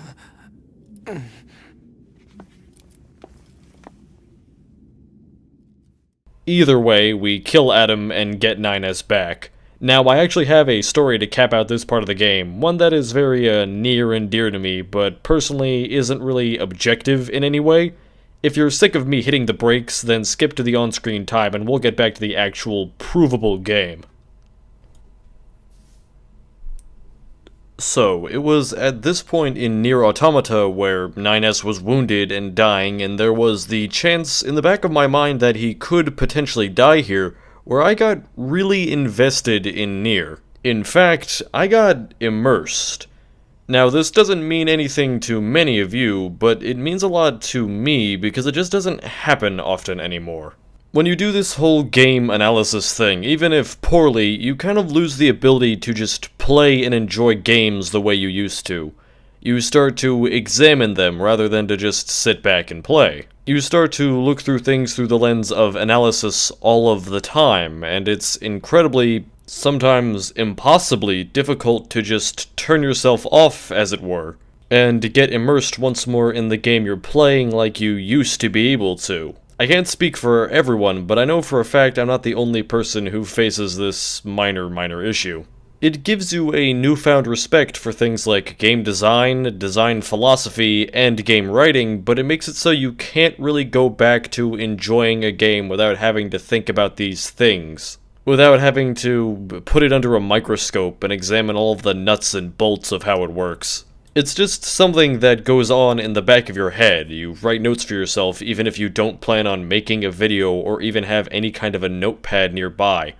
It plagues your enjoyment of video games. It's kind of ironic even, you get into analyzing games because you love them so passionately and got drenched in the tales and adventures that make you love the games in the first place. And because of that, you lose the capacity to love them in that way in the process. Sometimes you can go back and feel young again, as I call it, and just turn yourself off, but it's not likely. But for me, in NieR, at least in chapters A and C, I actually did get really invested in them. I went back to that place where I didn't look at a text document filled with incoherent ramblings and plot details, and I sat almost out of my chair, silently screaming at the screen in my head about the things that were going on. This is gonna sound stupid as hell, I mean this whole fucking paragraph does, but I actually felt something for the characters and the events in the game. I was worried about 9S and angry at Adam, not worried about deadlines or angry at audio quality. I got immersed again for the first time in,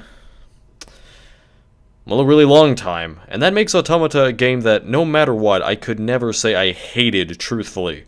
Every chapter after A could have been a buggy, dysfunctional catastrophe, but for these fleeting moments where the game got me to feel like I used to again, it's very special to me. It's something I won't forget for a long time.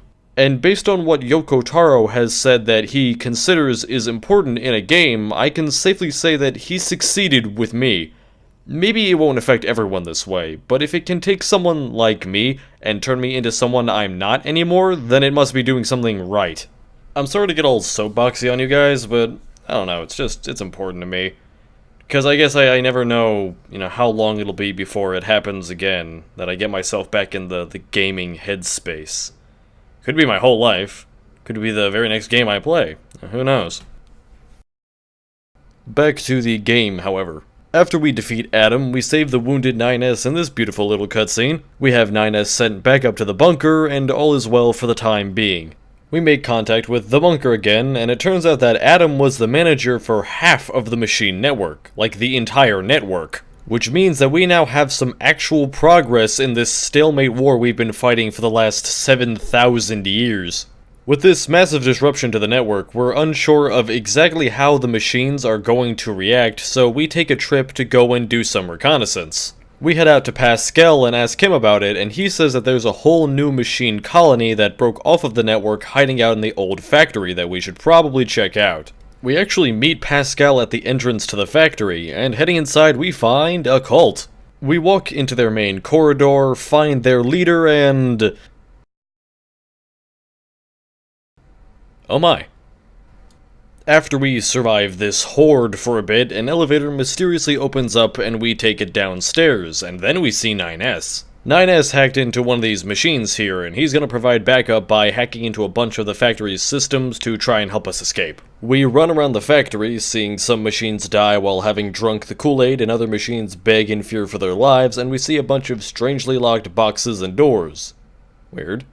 At the end of the factory, we come face to face with the final boss of the area, this big ball spider guy.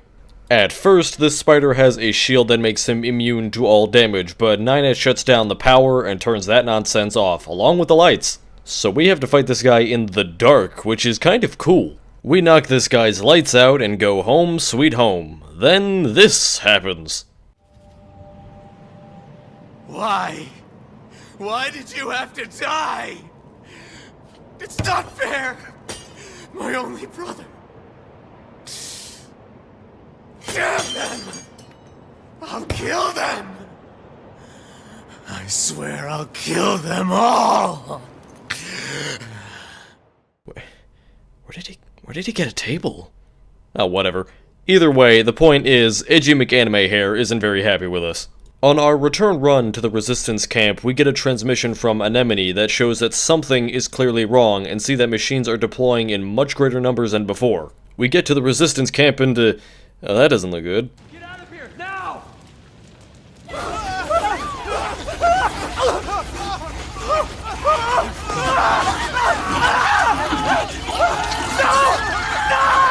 Are they eating them?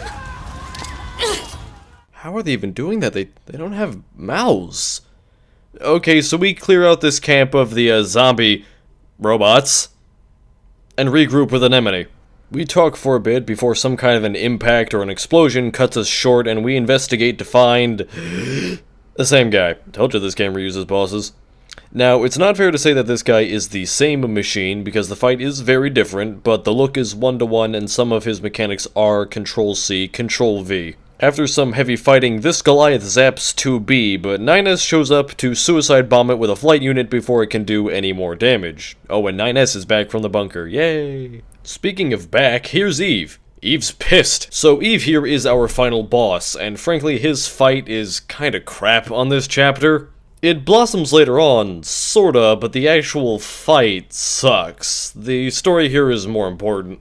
We beat up Eve once. He becomes a gigantic machine worm thing, flies out towards Pascal's village, the village comes under attack, we run to help, fight the worm, kill the worm, and learn that Eve is in fact going mad, and he's making all of the machines on the network go mad with him. So we go to put an end to him, the network, this madness once and for all. We fight Eve, almost kill him, and the fucker starts healing, of all things.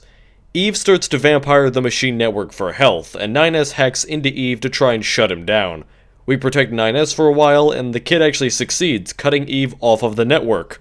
Eve goes goddamn crazy and breaks our sword, marking the final stage of this fight, which is, again, crap.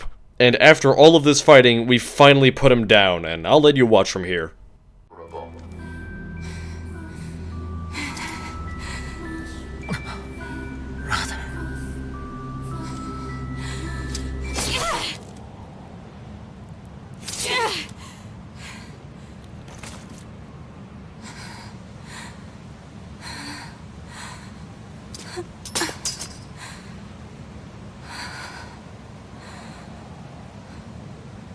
'Finally.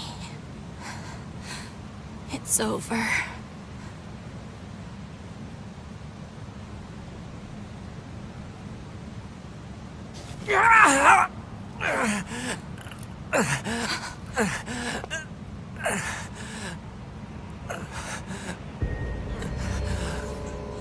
NieR!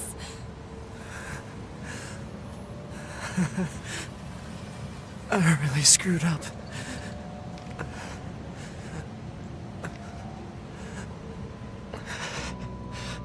I must have been corrupted when Eve detached from the network.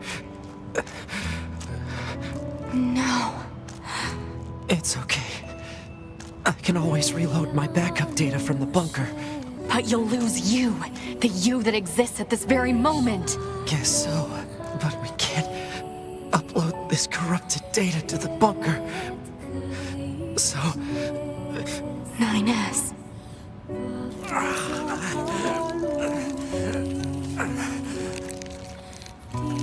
Please, 2B. I want you to do this for me.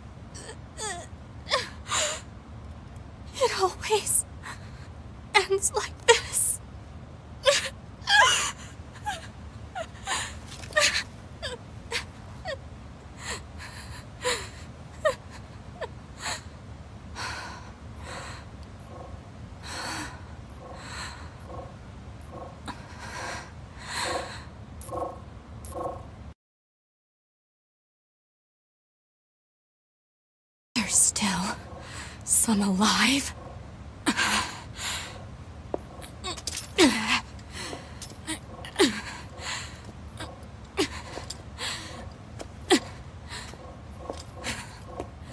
Goddamned machines!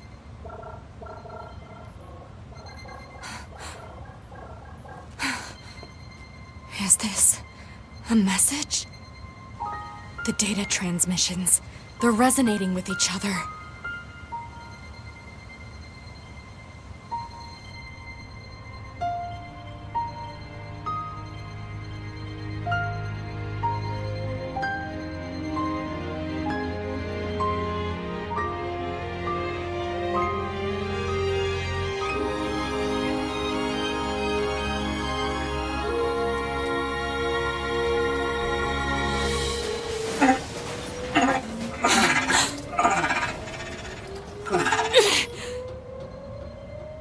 Wait a second, 2B. Who are... It looks like I left my personal data in the machine side of things. Next thing I knew, my sense of self was regenerated over the surrounding network. Having multiple selves fused together like this is a pretty valuable experience, so I wanted to record it.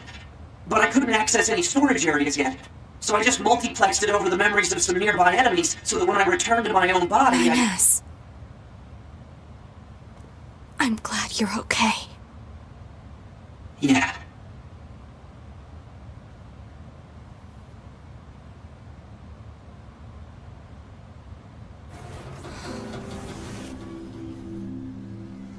What is it that separates machines from androids like us? The machines have gained emotions, consciousness. The final screams they summoned on the edge of death. They still echo within me. I feel like I'm losing hope in my body and my soul. Make a note of what 2B said about things always ending this way, by the way. That's a pretty big fucking important right there. Okay, so I have a lot of shit to say about this very moment, so get comfy, cause this cutscene sucks. Okay, first off, there's very little tension in a death scene where I can just get another nearly identical version of the person I'm losing sent back down to me after the first one dies. Second off, nice not emotions there, 2B. Third off, Yoko Taro probably didn't care much about this ending with good reasons, so we never even lost 9S at all. Now, before we get into my first big boy question of this video, let's first off note that this ending comes with a message to everyone playing the game that NieR is a game best experienced on multiple playthroughs. Above even Platinum Games' work, or really any other part of NieR, I think this single branch of letters is what is most responsible for NieR Automata's success over NieR Replicant/Gestalt. The first NieR game was met with a pretty underwhelming press release, and as I understand it, there were quite a number of big review sites that never took into consideration that they would unlock new content by playing through the game more than once. But this message, after the ending of A in Automata, has more or less fixed even the chance of that issue from existing, and that was a very good choice on the part of Platinum Games and Yoko Taro. And I imagine that someone from Square Enix probably had a hand in that as well. Now, for that big question I had. I hate this cutscene. Genuinely. Not because 9S dies, or because he comes back.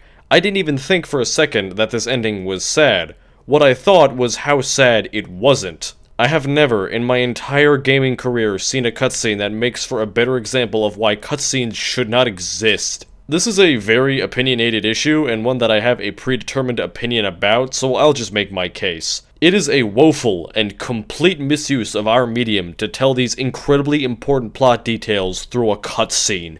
Cutscenes in no way play into the strength of games as an art form, and in fact, they play into its weakness. Games are interactive. You can have a player do things in them, unlike any other major media that exists, and it's just stupid to tell these stories through something other than the gameplay. This is something that has been plaguing our industry, games, for a very long time, and I hate it. There is just so much untapped potential in using gameplay as a storytelling method that it's just irresponsible to not use it, and this moment right here proves it. Yoko Taro has stated in the past that, to him, gameplay and story are not the most important part of games. We'll crack open that can of worms much later, but for now know that the thing that Yoko Taro values more above these two things is how a game makes you feel at the end. It's a very artistic viewpoint on games, and one that I think is somewhat agreeable and disagreeable for different reasons. However, if Yoko Taro wants people to feel something in his games, and if any developer wants to have emotional, connecting, and truly moving moments in their games, and if we as players want to have these in our games, we need to do away with cutscenes. Especially at moments like 9S's death. We should not have been shown to be choking 9S to death. We are playing to be. We should have been choking 9S to death. There is a big difference in responsibility people feel between things we do and the things we see. If you saw on the news that some kid got mugged and shot by a gangster or a crackhead or whatever, you wouldn't feel very much of anything outside of maybe sympathy, empathy, and maybe a little bit of depression. Now imagine that you mugged and shot a child. That's a little bit fucking different, isn't it? And it's the same for games. Not in the sense that we are mugging children, but in the sense that we have in the palms of our hands a medium where we can insert people consuming the story into the story, having them actually act out and be a part of and feel responsible for and shape our stories, and we're not using it. Too many games treat gameplay and story like they're to be kept away from each other, separated behind a big invisible barrier, and they are not. Making the player responsible for something like 9S's death would be infinitely, unexplainably more depressing than just watching it happen outside of our control. You don't even have to tell your stories through the normal gameplay loop or anything. You can have something like this death scene be a heavily scripted, heavily authored moment where maybe even the player only thinks they have a choice, but they really don't. As long as we are interacting with it, even the illusion of gameplay, when done correctly, is better than a reality where you're not in control of anything that happens inside of the game. If you want people to feel something, Yoko Taro and friends, let us choke 9S next time. Spoilers for anyone who hasn't played Metal Gear Solid 3, even though you've had, I think, more than 13 years. At the end of Metal Gear Solid 3, the player, as Snake, shoots the boss in the head. We're the ones pulling the trigger. That feels a lot sadder than watching someone else do it. Aside from all that, however, we are done with Ending A, which basically encapsulates the first half of the game. We're now ready to move on to Chapter B, so go get a drink, or take a break, or just hold tight if you're ready.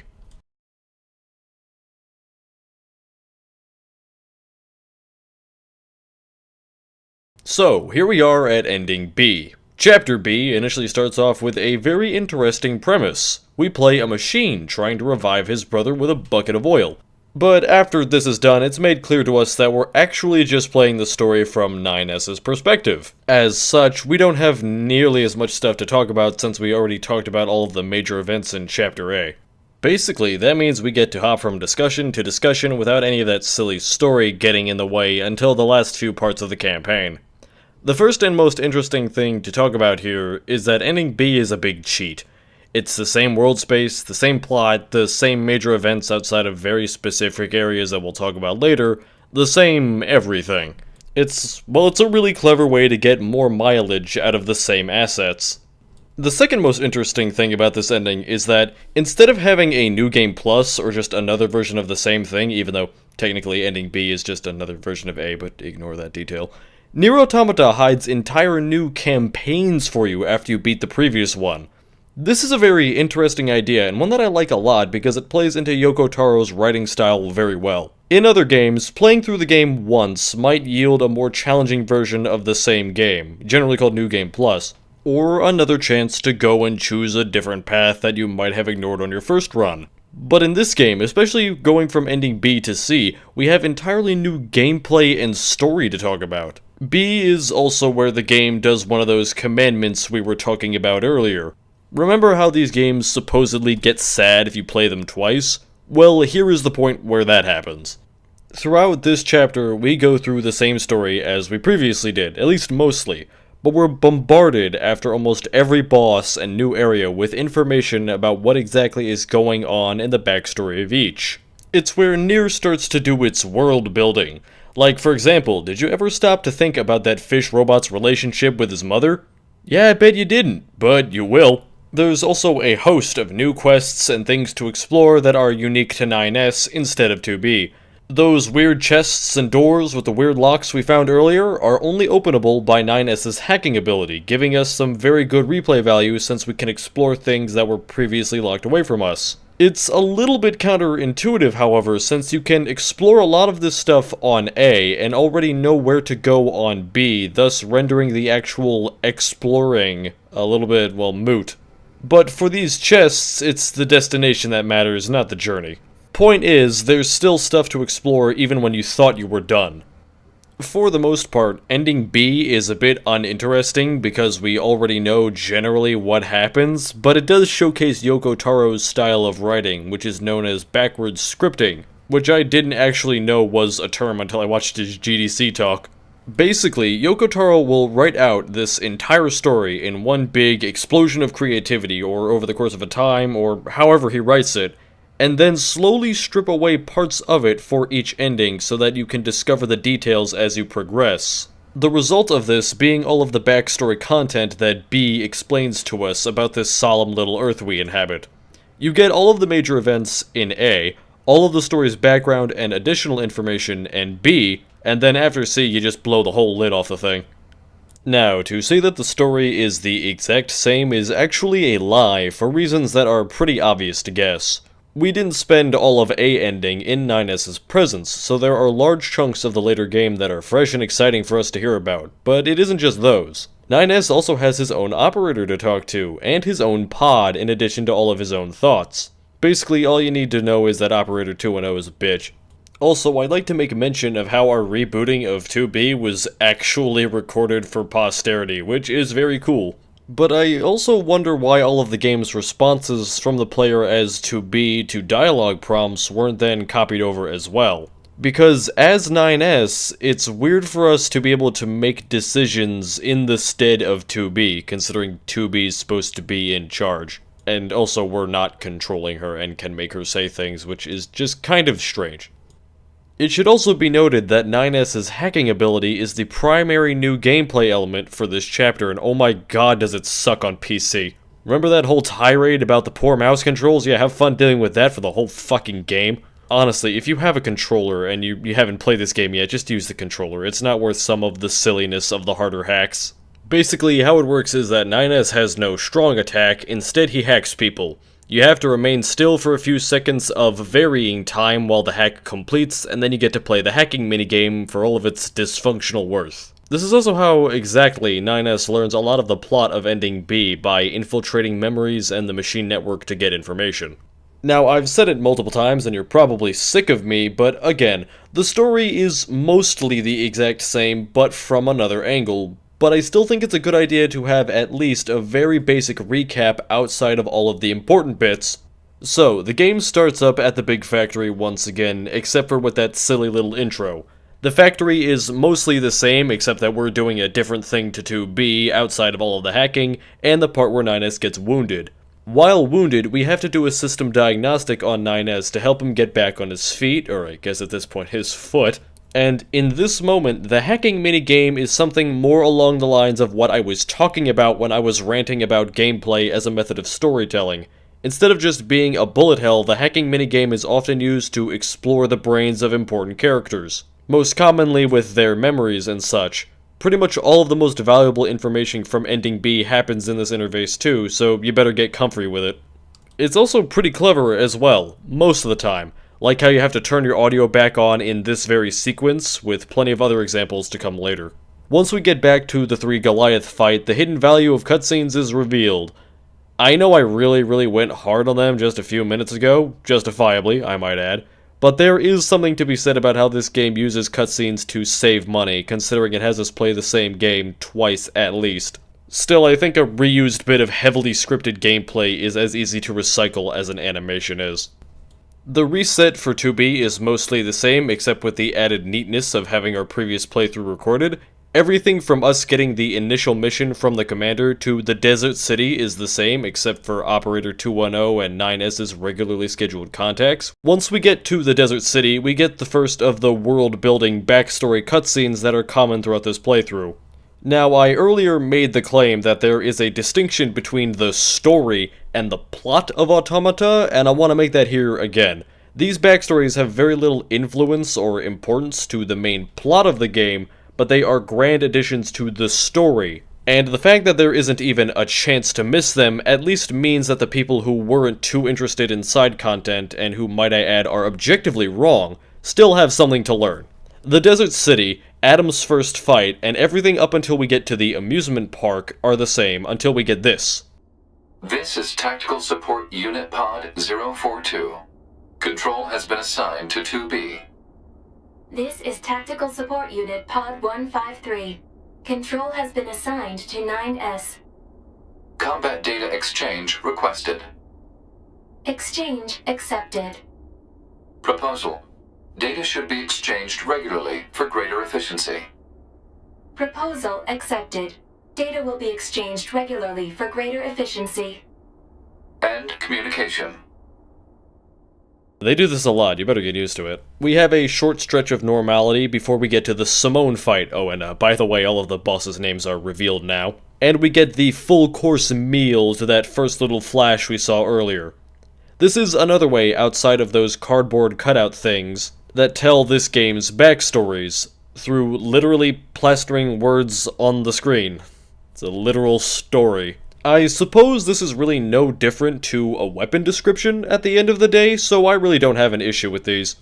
There's a bunch of them that you can find on the main path of the game, and some towards the end are even interactable, so I think it's fine for game storytelling. This is also a really good example of 9S getting his information through hacking.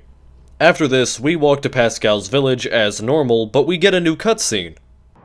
Brother? Why do we have to wear undergarments? It's such a hassle. The records claim humans covered their crotches as they went about their business. Revealing one's genitals was seen as problematic. So just be quiet and wear them already. Okay, but why are we eating this plant matter? Machines don't need to eat things like this. This is a type of fruit. Our data suggests that mankind gained great intelligence from consuming fruit. So quit griping and eat it already. Alright, if that's what you want. But once we're done, can we play together for a bit? Fine. Oh, great. Then I'll eat lots of fruit. Oh jeez, I feel bad now. Where the fuck did they get the table? And the whole Pascal Quest Hub thing is the same as last time, and I really do recommend everyone take as many opportunities as they can to do all of the quests and find all of the stuff, because the volume of stuff to find and do in NieR is really, really healthy. I couldn't tell you myself, since my playtimes are inaccurate for any game due to the necessity of having to play it to record and such, but all of the people I've heard talk about this game say that it can be 100%ed in about 75 to 90 hours of play, which I think is really good. That's a lot of game for $60, and it's not so much game that it's overwhelming like every other fucking open world game here made in the West in the last, 5 years, which require hundreds of hours to properly complete. After that, everything from giving Anemone the fuel filter to our first encounter with Adam and Eve is normal, but we see this in their cutscene. Spooky. Everything from the debriefing about Adam and Eve to the fish fight are the same, aside from some humanization of certain bosses and of course Adam and Eve. Now, the fish fight is mostly the same as it was. In fact, B ending doesn't really start its own plot until right about now. And obviously, this was the proper time to have the plot divulge into its own thing, because this is where 9S split from us in A, and now we get to play as 9S and see all of what actually happened. Now, before we get into the real story of this ending, I realize that I haven't gone into exactly how the hacking works. So, hacking in NieR Automata is another bullet hell segment where you enter someone's head, or their brain, or their server, or whatever, and are tasked with shooting down their core, which is represented by a black sphere. You control this little triangular guy here, and all of the rules are the same as they always were. You can shoot orange balls, but not purple ones, but now you don't have a sword. The aiming is again broken beyond compare and made the game horribly frustrating at times, but most of the time the hacks are pretty easy. You have 3 hit points in this mode, 3 hits and you're out. And strangely enough, I don't think your difficulty setting actually has any effect on what kind of a hack you get, or really any aspect of the hacking at all. I think it only affects how much damage is dealt to you or the enemy if you fail or succeed. It's not like the minigame itself is bad, in fact there's a lot of variety and neat tricks they pull with it, but goddamn does that aiming thing get old. It's also kind of annoying how hacking can interrupt conversations that you're having, forcing you to miss something because you didn't want to wait in enemy fire for people to talk at you for a minute. The story for B really gets going the moment NieR detaches from the fight to go and activate the missiles to kill the fish. We, as NieR, do what we already know happens, and once again the resulting explosion sends us flying to who knows where. I also recommend you start making your own mental notes here, because the plot is about to consume this video like you wouldn't believe. So, after the commander loses signal with NieR, we get another one of these silly little data transfer things between our pods, and then we open up to this. Like I said, they pull tricks with this. We are currently inside of the machine network.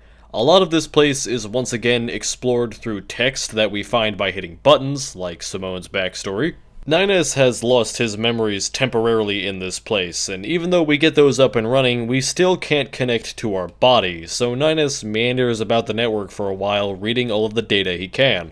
We learn once again that the machines are on a network and that it is totally interconnected between all of the machines, and that the machines aren't so mindless as they wanted us to pretend we believe.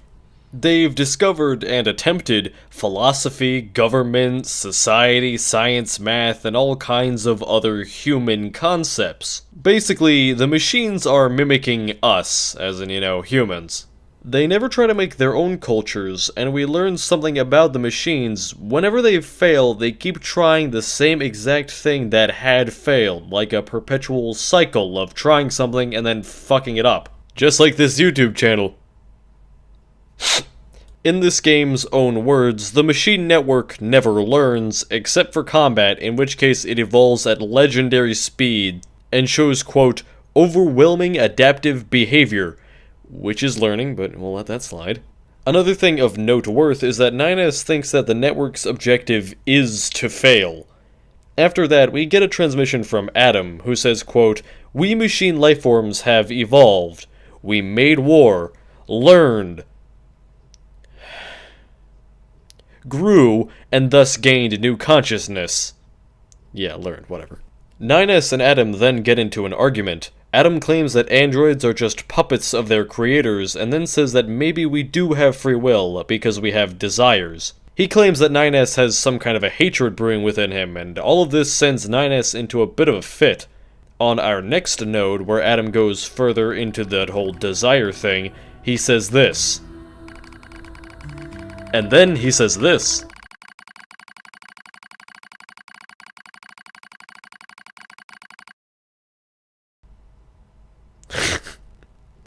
Okay, so, on my first playthrough of this game, I was expecting NieR to function like other supposedly weird games I had played, which I'm sure you already know because I think I've said it before, and that this message here was not directed at NieR, but at the player. We want to destroy all of our enemies. We want to obtain all of the various little gizmos and items in the game. We want to be loved by all of the people whose side quest we've helped complete. We, or at least some of us, don't trust anything in this game to be happy. And yes, I am sure there are people out there who probably want to fuck 2B.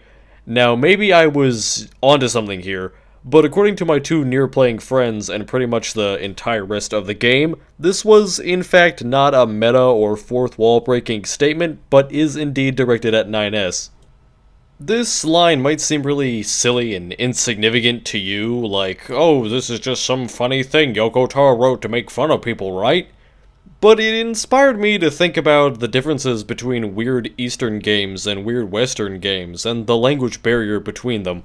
I'm not an expert by any means on weird Japanese games, not really an expert on Japanese anything at all, frankly, but I have played a few more weirder American games in my time, and I've noted something interesting about them. Western games which try to be counterculture or different usually seem to do so by playing around with the many supposed set-in-stone practices of making games and telling game stories. There's a lot of fourth wall breaking in this market of creativity, and a lot of poking fun and parody at how games have been created in our short history as a medium. The obvious frontrunner for this kind of game that everyone knows about is Undertale. It's been a while since you heard that name, right? Undertale played around with UI as storytelling, making certain parts of games that were never meant to be a part of the adventure a part of its adventure, like save games and repeat playthroughs, but Undertale isn't alone. I've seen games that make the player character, games that make the player their own character, games that make the fucking computer you play the game on a character, so on and so forth, but it had never occurred to me what the other side of the lake was producing.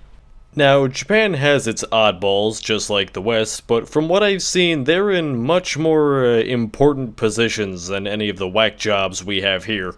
Yoko Taro, obviously, and Hideo Kojima come to mind naturally.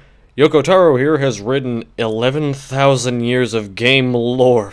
Constantly goes on in public about how his stories are crap, and has a knack for weaving certain games that on the surface don't seem to have any connections into a tight-knit series with completely insane lore. And again makes statements like gameplay and story aren't the most important parts of a game. Oh, and he wears that fucking mask everywhere.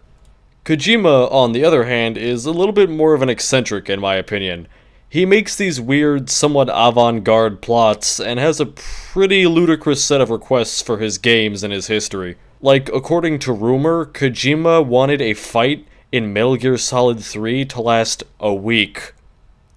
Like 168 hours. And an actual week straight. It's pretty interesting, I find, the differences between our two nations' weirdos.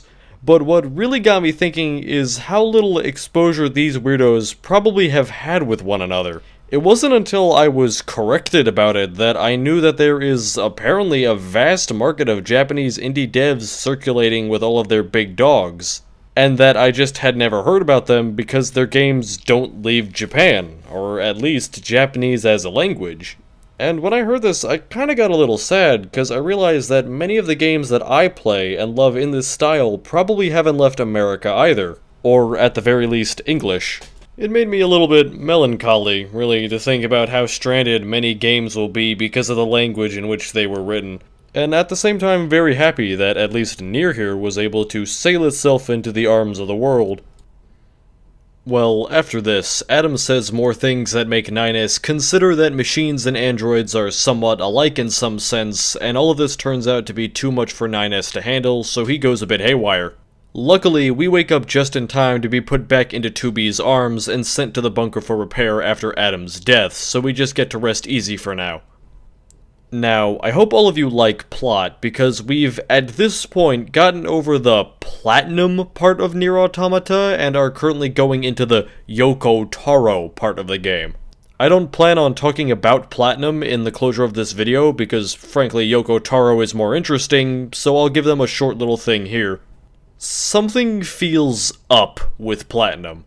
Their last 3 games, before NieR, weren't spectacular, and NieR and MGR have had some pretty glaring flaws with damage prevention, and as I understand it, people generally still think that they peaked with the Bayonetta games. It's of course not in any way fair to say that Platinum is a bad company, like, at all, in any way, unless there's some kind of secret schemes that's going on there that no one knows about. They just aren't the repeat Grand Slam hitting company that they used to be.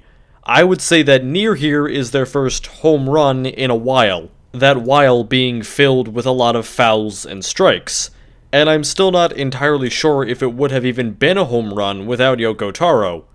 Yoko Taro and Platinum exist in a kind of a strange relationship, where each one plays off of the other almost perfectly to have created a successful game. Automata wouldn't have been nearly as good or successful if the gameplay was as rough around the edges as Replicant's was, and at the same time, it's Yoko Taro that made the gameplay of Automata to be more interesting than just an action game with poor dodging. The entirety of the game's genre twisting came about because Yoko Taro doesn't find games with one singular gameplay loop to be as enjoyable as games that throw curveballs at you.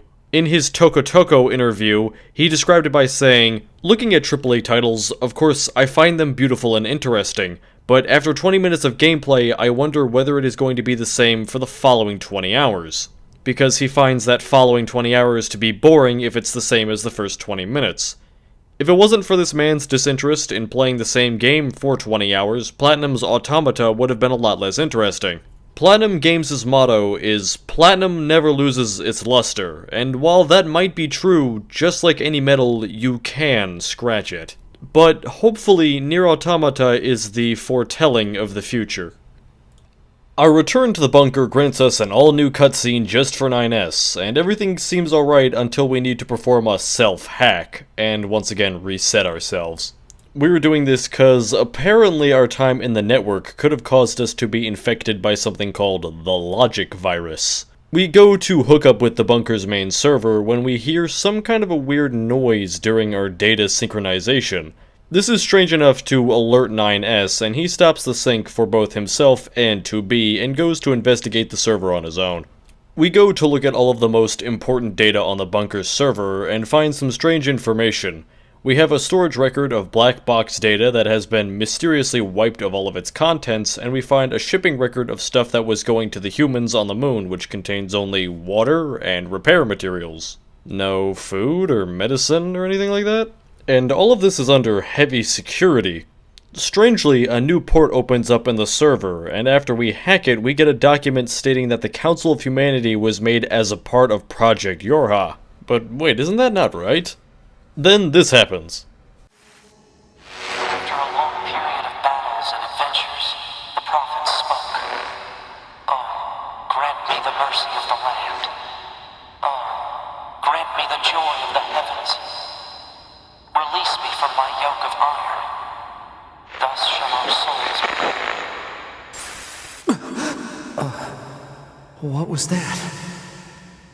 Wait, was 9S actually able to hear all those weird cardboard cutout things? We wake up and get told about 2B's run through the factory and go to the main terminal to assist. We get to the bunker's main terminal and hack into the factory to take control of a bunch of its systems. We actually hack into one of the machines and now can remotely control them, which is pretty nifty. We run around as a multitude of robots, however, much like the rest of this game, from here on out the actual gameplay isn't really as important as what goes on in the story.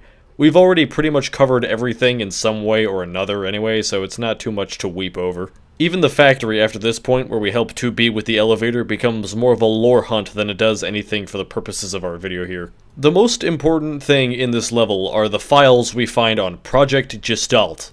Project Gestalt is a very significant piece of lore, not only for NieR Automata, but also for NieR Gestalt. Project Gestalt, in the shortest terms I can provide, was an effort by humans dating back as far as 2003, which sought to preserve humanity from a newly formed or created virus or bacteria or some kind of an illness known as white chlorination syndrome by separating a person's soul from their body. The bodies would become replicants, and the souls would become gestalts. This is all you really need to know for this video. For anyone whose first thoughts for "What the fuck, he ignored Project Gestalt? That's like the biggest lore!" First off, I know. Second off, I'm sorry, but we don't need it. We're here to review Automata. We leave our hacking interface once the Spider-Bot is defeated, and we get called down by the commander. Turns out we're not the sneakiest hackers, she found us out. 9S begs the question about what exactly the hell we found on the main server, and the commander says this. You left quite a trail when you accessed the main server. That's what I wanted to speak with you about, Commander. I found records stating that the Council of Humanity was established as part of Project Yorha, but I'd always heard it was the other way around. So did Yorha actually create the Council of Humanity? Yes. We installed the Council of Humanity's server on the surface of the moon. But that means... mankind no longer exists. In truth, humans never went to the moon at all. Any transmissions received from the moon are just dummy signals we set up in advance. The only thing there is a small bit of data relating to the human genome. But why would you... Humans were already extinct when the aliens attacked. All the details are stored on this memory chip. If you want to look at it, I won't stop you. Wait, you're just giving me this? But why? No one fights without a reason. And we need a god worth dying for. This line is actually more important than it seems, but like everything else in this game, it's for later. We wake up again sometime later after Eve hits a table and NieR ponders how he's going to break the news to 2B. This is when Eve goes on his rampage, forcing the bunker's inhabitants to man their battle stations. We go to get a flight unit so that- wait, there it is again, I see it! So that we can suicide bomb the spider thing Eve is hiding in. We get back into Eve's final boss as our final hurrah for this ending, and this fight is infinitely less garbage because instead of actually fighting Eve, we can just hack him over and over again. We get one last heartstring-pulling cutscene about Eve, we go through the same stupid scene where NieR pretends to die, except those two bitches from later on are there, and then we go to our credits. And after the credits, we get a movie-esque sneak peek for the other half of the game. Okay, so as you can imagine, I am almost entirely out of discussions and points to make. Almost everything else from here on out is based entirely on the plot, and the urge to just skip through ending C and get to the real endings is immense, but we can't go this far in just to skip stuff. These last 3 chapters, which is basically just one chapter, will take much less time, at least comparatively, but once again I'd recommend you go take a piss break or get some laundry done.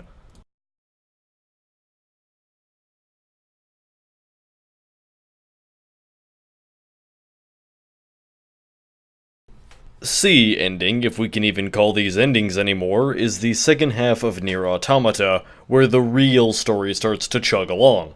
I hope everyone remembers that thing I said about Yoko Taro making sad games as well, because this is where that statement gets its legitimacy. So, ending C takes place a short time after ending B, where Yorha plans on performing an all-out attack on the machines following the death of Adam and Eve.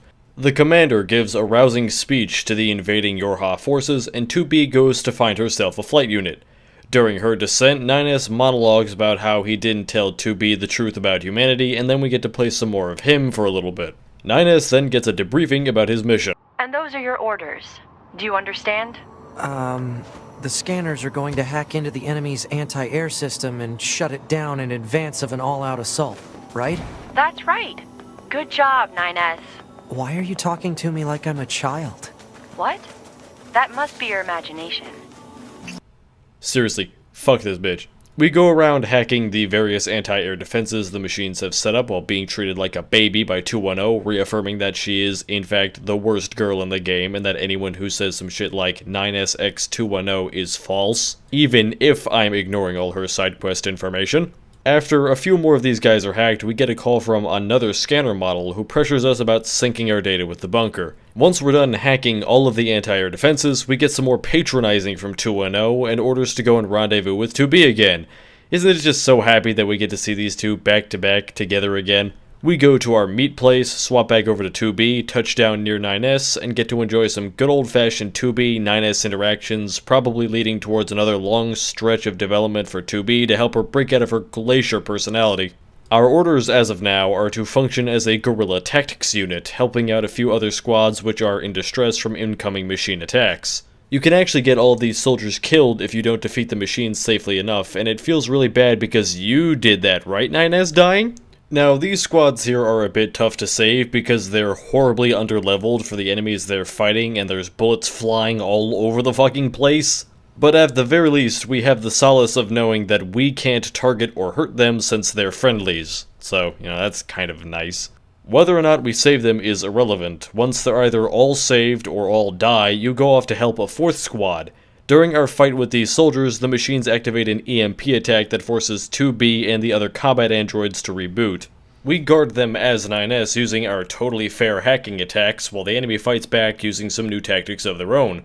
The game takes the opportunity to once again play with the fact that we are robots by having things like our visual sensors get shut down if we get hit by one of these EMPs. It's neat.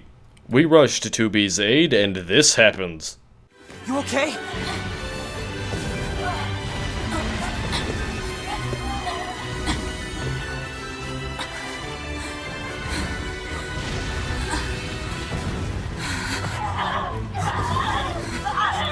Is this a wide area virus?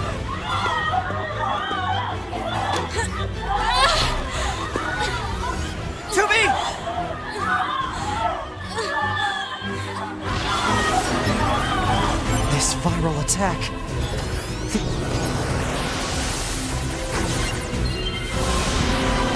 I gotta do something. I have to save 2B.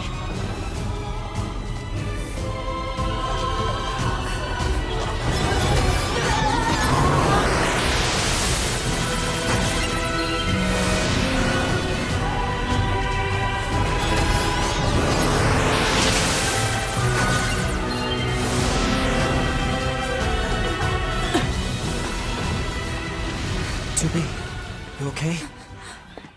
So, a fairly important point of this game's plot, 9S can, in fact, purge people of this virus we're looking at here by hacking them, and we do so just to save 2B. It doesn't actually matter if you try to save any of the other Yorha units. Even if you succeed, these lot fall prey to the logic virus's effects. This right here is the logic virus. I hope you all like it, cause it's here to stay. Basically, this is a virus created by the machine network that causes anything it touches to go berserk fucking crazy. We hack 2B so that she can kill these infected Yorha units and do just that while trying to contact command. Turns out all of our communications are jammed, so we have to cut through a legion of infected Yorha just to get to the jammer. These Yorha soldiers are actually a step up in difficulty for this game, and one that I thought that the game was going to have us take from here on out, because unlike machines, Yorha soldiers don't telegraph their attacks with a sound and a flash of light, and also don't have nearly as exaggerated animations. Unfortunately, however, these soldiers aren't our new foe, and in fact just exist as an addition to the game's already very wide roster of enemies. We kill our jammer, but it turns out that he wasn't the problem. Something is going on the bunker side of things that's preventing us from connecting. This is obviously a big problem, so 9S suggests that we use a backdoor in the bunker's security to upload our data to the bunker and then nuke ourselves with the black boxes like we did in A. We go with 9S's plan, get into a pretty sick dog pile, and wake up once again in the bunker. 9S and 2B rush to the command center. We tell the commander about the logic virus, and this bitch has the audacity to say that we're lying to her, and that we're acting infected? That is, until the logic virus gives her a very first-hand look at why we're right. Now, you might be saying, wait a minute, how did the logic virus get into the bunker? There's no machines here. Yeah, well, remember how Yorha and the machines both operate on a totally interconnected network which allows for the spread of data between each and every unit that has their latest data saved onto it? Yeah, well, that includes the virus. Oh, and the machine network gains sapience and starts to talk to us through the mouths of our now practically dead friends. Oh, and we kill 6-0. We escort the commander out of the bunker to safety through swaths of Yorha zombies. The commander asks us why we aren't being infected right now, and 9S admits to having messed with our data back in B when he hacked the server. We rush to the hangar to get flight units, and right as we get there... Commander, hurry! I'm staying here. I can't. Commander! I too was synced up with the server. But 9S can hack into your systems and... There's no time. You two are the last remaining members of Yorha. It's your duty to survive. But, Commander... Besides, this is my command. Let me at least fulfill my duty here. To the end. Told you this shit was sad. And with this, Ending C finally gets started, for real. The bunker is lost, Yorha goes down with it, and everyone 2B and 9S have ever known beyond each other are practically dead or crazy. Even though, technically, 9S should be able to hack, like, any Yorha unit and restore them to function, since he can do that, and since they have personal storage, but whatever. And 2B and 9S rush to Earth to start the rest of their lives. We get assaulted by ex-Yorha units on our descent, and 2B gets a plan. 9S, I need to take over your control. You need to what?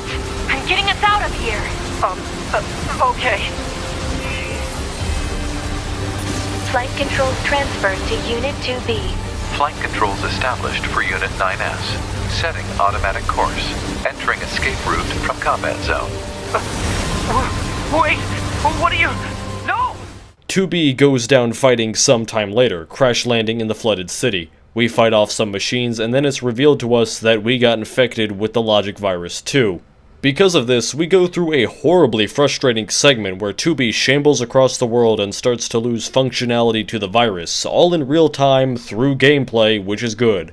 Now, you might be asking yourself why exactly 2B sent 9S away from herself if she knew there was a chance she could get infected with the virus, and more importantly, why she did it at all, since it makes their chances of finding each other and surviving 100% less likely, especially for him since he's not a combat model, but trust me, that's the least of the logical questions we're going to pose by the end of this video. And as you'll quickly understand, nothing matters anymore.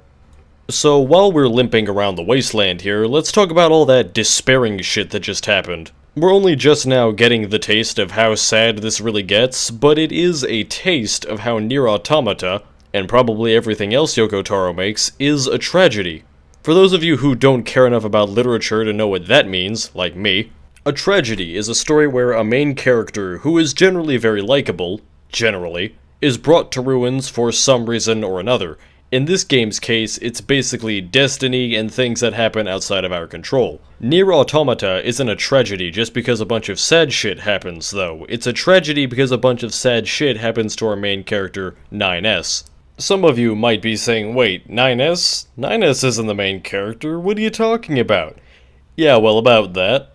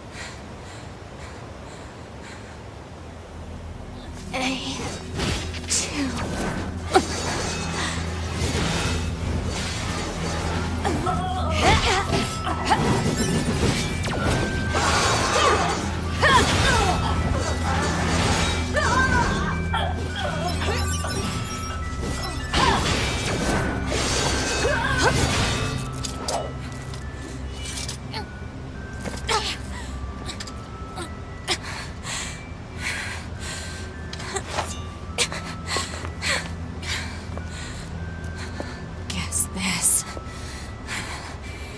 is it.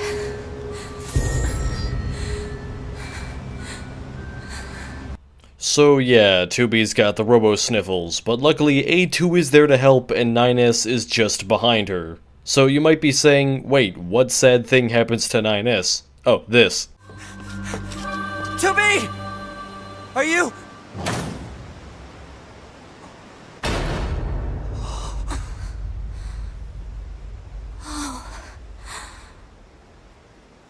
Nines. Alright, so first things first. Meet A2, everyone. We get to play as her now. Now, I have to say, this game has some ass death scenes. I've already drolled on about how 9S's death scene wasn't all that it could have been, but honestly, this one didn't get me either. It's all cause of the haircut. Like, with the talk of 2B giving up memories and A2 obviously mimicking her hair, you know that this isn't the end of 2B. They're gonna merge somehow into what my notes affectionately have named A2B2. Now, I will be honest here, I was not expecting 2B to be the one who dies. I was expecting 9S to, like, legitimately die, not that crap we did earlier, but not 2B.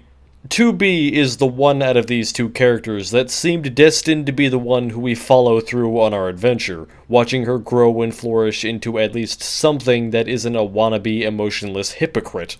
Now, there is a lot of information we still need to learn about 2B, and like I said, we're not quite done with her yet, but it still surprised me the first time around. And I'd also like to take the opportunity to finally talk about that whole no emotions thing. It's fucking stupid. Now, if 2B's hypocrisy regarding the whole no emotions thing was something other characters actually called her out on, like if they treated it as an actual character flaw, I would have really liked it. But in the entire main plot, no one ever says, hey, 2B, you cry a lot for someone who's emotionless. Or maybe, hey, how come you get to have emotions? It's nothing major, but it still irks me. So, 2 weeks after this earthquake and random white shit popping out of the ground happens, we get to make a choice.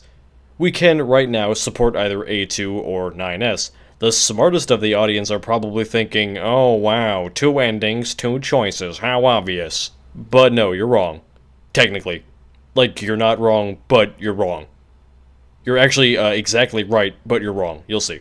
It doesn't actually matter what you choose here. I've tested it, so I'll let you decide. Click on either annotation on your screen to see what I have to say about either character's playthrough. Just kidding, idiots. I didn't actually put work into this. I would start off with 9S because I like him more, but A2 is new and exciting, so we're gonna go stare at her, examine her assets. Yeah, that's it. So, as far as gameplay is concerned, A2 is pretty much analogous to 2B. She has some different moves, but it's more or less entirely the same thing. In fact, I'd say it's a little too samey, mostly in relation to animations. I wouldn't have expected Platinum to have worked out an entirely new moveset or animations for A2, considering all the animations are based on weapons, and also the fact that that is a completely outrageous idea, at least in the terms of workload. But I think they could have changed some of the vanity behind A2's various actions to give her her own sense of personality. It's just too easy to see how they copied a lot of 2B onto A2. Even something like the pod petting, which is nothing more than a showcase for the character's personality, is identical between 2B and A2, despite the fact that A2 is a much more hostile character who doesn't even really like the pod until the end of the game. She does have some of her own flavor, namely in her dash, which does this weird floating demon thing, and she can taunt enemies instead of having a holding light attack, but even things like her walk cycle are the same as 2B. I doubt any of this is to make the player comfortable about playing A2 either, because A, Yoko Taro, and B, Yoko Taro. This is probably a budgeting concern. Animations take time and money, and there's only so much of that can go around. Still, what is there is very appreciable because it didn't need to be there. It's just a shame that the team probably didn't have time to put in the full spectrum of detail. However, I am selling A2 a little bit short. She has a lot of custom animations that didn't need to exist, like a different taunt for every weapon type, and an entirely different set of animations from 2B for putting all of her weapons away, so the animation team still went above and beyond the Call of Duty like they did with pretty much everything in this game. A2's story starts off with some kind of a traumatic nightmare sequence before A2 is woken up by 2B's pod, who stays with her until she tells him her objective, or I guess it. The sequence is clever, and I recommend that you just play the fucking game to see why. Not until A2 gets over herself and explains that she's looking for revenge on all living machines does the plot get going again. Our pod explains that there's Goliaths in the desert and that we should go kill them. We do so and unearth a whole new boss, which is like 8 of those previous spider guys stitched together into a flying worm. This is Hegel. Remember that thing I said about how bosses in Automata were hit or miss? Yeah, well, Hegel misses by a really far margin. He sucks. This criticism falls somewhat on deaf ears because I distinguished this as the Yoko Taro section of the video, even though I know that the chance of him seeing this video is equivalent to my chances of having a meteorite full of gold land in my front yard, but I'll make it anyway. Hegel sucks. There's just too much crap that goes on screen while you fight him, and it can be very frustrating if you're on a harder difficulty. Now, of course, the reason why Yoko Taro doesn't care about that is again because of what I said earlier. Story and gameplay aren't the most important thing, because Yoko Taro is more interested in how a game makes you feel and how it leaves you feeling once you're actually done experiencing it rather than just playing it. It's a bit weird. After we defeat Hegel, he forms a prison around A2 and uses a big EMP blast attack that sends us reeling into her memory core, or whatever the fuck technobabble nonsense this is. We learn a little bit about Hegel, but we also learn this. Normally you'd be called, but we'll be called 2B. Continue to observe the situation and dispatch them. This is a fragment of Unit 2B's memory data. It is an order she received from the Yoran commander when she was still alive. About 2B. Trust me, that comes up later. We learn some about A2's past and get an ending cutscene.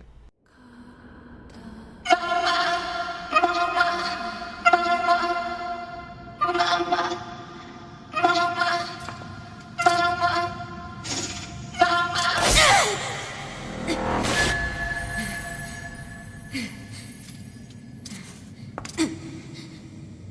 You and I are the same. We have no one to help us. We can only cry and scream. Shut up! To round out the first bit of A2's story. Once again, we get to check on either A2 or 9S, so let's switch sides and see how our little guy is doing. Meet Devila and Popola. These two are some pretty important androids who were designed for maintenance and medical services. They help get 9S back on his feet, explain to him what's happened in the last 2 weeks, and from here on out we take control and wheel 9S outside of the camp. Another new cutscene directs our focus onto that giant white tower that sprouted from the canyon, which is named The Tower. And because I have no idea what else you could possibly conceive is our objective, we go and investigate the tower. Trying to get through the front door yields no progress, and even trying to deactivate these 3 sub-locks as per the tower's request does nothing for us either. According to the tower itself, because it can talk, we have to unlock 3 so-called resource recovery units to get access. And 9S affirms to his pod that his current plan is to kill every machine and A2 in a scheme of vengeance. Now, through 9S's story, we're about to learn a lot of critical information about the plot of NieR, and a lot of establishing notes that flesh out what is really going on in the story. And this is the stuff that I'm probably going to end up being the most critical on. But please don't think that I ask any of the questions I'm going to end up asking from a place of malice. You'll see exactly what I mean in due time, and once again, just be patient, and remember that your patience is very much appreciated. I hate to paraphrase a really good plot, as if you didn't already know that, but basically what happens in this part of the game is that 9S goes to 3 of these different resource collectors, and defeats a variety of enemies or obstacles in each, and slowly uncovers more information about the backstory of the Yorha project and the Machine Network. I have no idea why notes that are apparently so confidential that not even the commander knows they exist are inside of these nodes, but you just kind of have to believe that. The first tower is in the Forest Kingdom. Each of these 3 towers is given a cryptic name like Meat Box and God Box. Our first tower is the Meat Box. We annihilate various enemies throughout the structure, but this tower doesn't actually grant us any information of plot significance. Outside of some character development for 9S. Basically, 9S has lost all sympathy he had ever accrued for the machines, and he's going a little bit nutso. 9S kills the node, like actually kills it, it's alive, and we progress to another chance to play A2, which we will take. A2 wakes up in the desert 5 minutes after her fight with Hegel. The sand from the desert has gotten into her fuel filter and has facilitated the need for a replacement. We return to the resistance camp and see a bunch of machines fighting Pascal, and we have the choice here to either kill him or let him live, and while it makes completely zero sense for A2 to let Pascal live, I'm gonna do it anyway. Now, this is a teeth-grinding missed opportunity on my part, but we're just gonna return to the camp. A2 and Anemone know each other, and rejoice in one another's company. There's much more to learn here if you're willing to read the terminal Anemone has, but that's not important for us. She explains that Pascal makes fuel filters, and after some grumbling, we sprint out to Pascal's village. Pascal says he'll make a fuel filter if we get him some rigid tree bark, so we go out and get him some tree bark. While we peruse around the forest, I'd like to commend how well considered the swapping between A2 and 9S is. The effects of both sides can be seen from either side, so that people who tunneled down one or another character aren't totally missing out. We get the tree bark, bring it to Pascal, and he makes us a fuel filter. Just give me one moment. He can fly? A2 insists on returning the favor, so we kill a machine that's been attacking children in the village. Pascal suggests that we get to know each other better, A2 and the villagers, and we get roped into a quest where we go to Anemone to get a philosophy book for Pascal. While we make way for the village, we switch perspectives for a bit and get an insight into Pascal's life of all things. We get to play him talking to some machine children before being interrupted by an ominous collision in the distance. A2, can you hear me? Oh, perfect. Help, A2. I have the materials The you village asked is me in to... great trouble. The villagers are...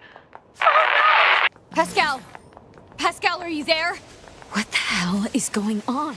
Yeah, the village is under attack. Once we get there, we can see that everything is already about half past fucked. The zombie robots are eating each other and shit's on fire. Pascal is safe, and he says that he evacuated the children, so we take it upon ourselves to kill off all the zombies. The screams of the innocent machines being torn apart and eaten actually reminds me, this game has really good voice acting. For a dub of a game that was made in an entirely different language, the transition to English is practically seamless. The voice talent for the Western and I assume the Eastern release of Automata is to be applauded for a job well done. In fact, the only relic that would even remind you that this game is Japanese in origin, you know, beyond all the cultural stuff and all that, is the lip syncing, which is obviously off because we can't expect them to reanimate every instance of speech in the game for each language. We clear the village of feral machines, but no one survives. Pascal asks us to meet up with him at the old abandoned factory where the children are, and we make way for there. A calm before the storm, as it were, we only have a fleeting moment of safety before our pod alarms us that a massive incoming machine force is hell-bent on the factory. A2 gets prepared for a blood-soaked romp in the fields of war, and so does Pascal.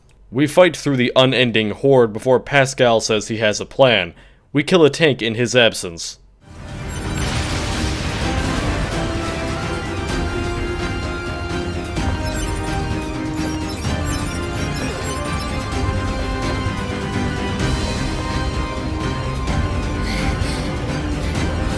They're still coming? Fear not, A2! I can handle this!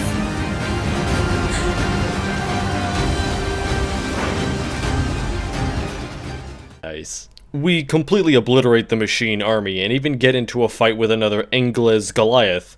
It's complete shit, but it's so cool that I'll let it slide. We give that shithead the mother of all knuckle downs and check on the children.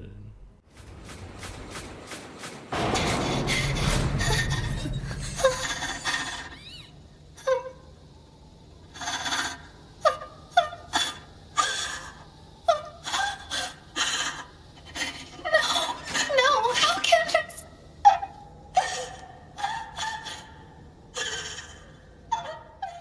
Right. Directed by Yoko Taro, folks. Right, so the kids here, they committed a mass suicide. Sounds a lot darker in words than it actually looks, because they're, you know, robots, but I will congratulate Yoko Taro on getting dead kids past the ESRB. Pascal, wrought with grief and blame, says he cannot continue living with this knowledge in his mind, and asks us either to kill him or delete his memories. I'll take the humane approach and let him forget his life. And with that, we switch back to 9S. As 9S, we're doing more of the same. The second tower we search for is on the coast of the flooded city, and actually has some information this time, and a little distraction right before its entrance. The remains of a Yorha flight unit.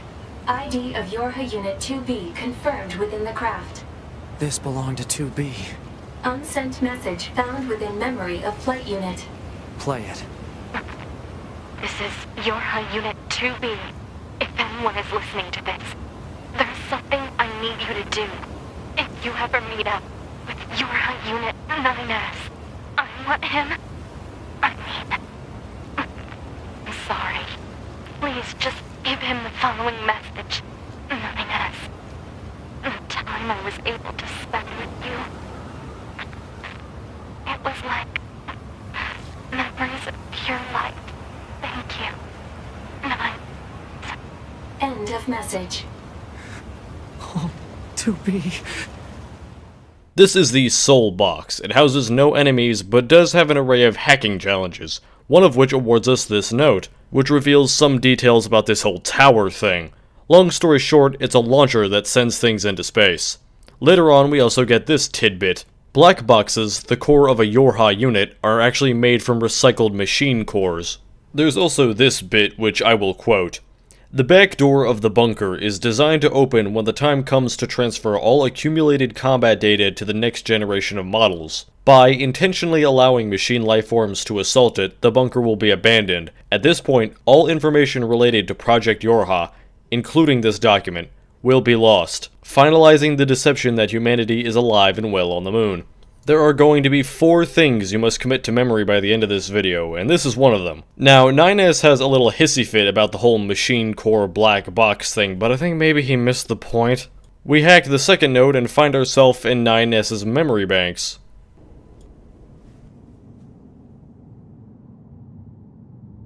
That's 2B's data.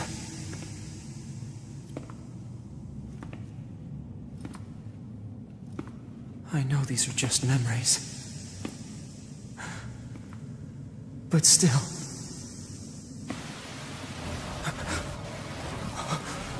No, don't.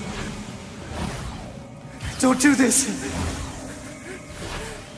Damn it, stop!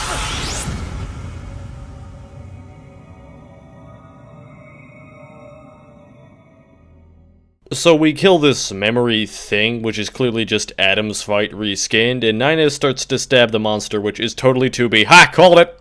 The pods have another conversation, and we fade to black. We pick back up with NieR and make way for the final resource node, the God Box. NieR, however, has taken quite a psychophysical hit after all of these boxes, so we go back to Devila and Popola for repairs. They fix us up and ask us to not die alone. We head back towards the God Box, and once we get there, we're forced back into A2's campaign. Nothing else really happens here, they just set up A2 getting to the resource node to meet NieR later. We go back into NieR's events and clear through the God Tower. The first event of significance is actually the end of this tower, Unit 210, who is our boss. Now, it doesn't really matter whether or not this fight is good, what matters more so is its significance towards NieR. You're going to see, as we progress, that NieR is going batshit insane, and the loss of 2B and Operator 210 are rather major contributors to this change, because these are about the only two people that he ever really cared about on a personal level. We slowly defeat the addled 210 when A2 decides to stab in.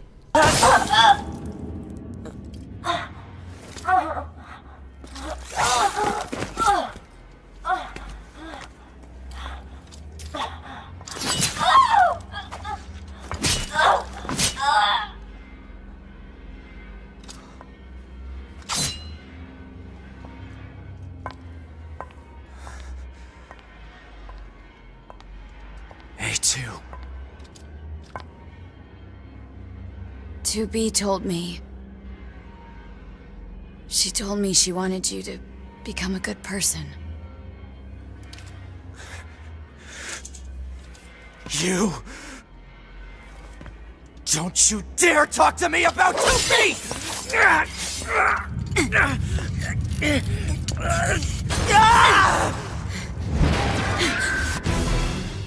We kill the big brother, like the one from the fucking start of B, and fade back to NieR once again. Oh no, wait, we fade to the pods talking with each other, right?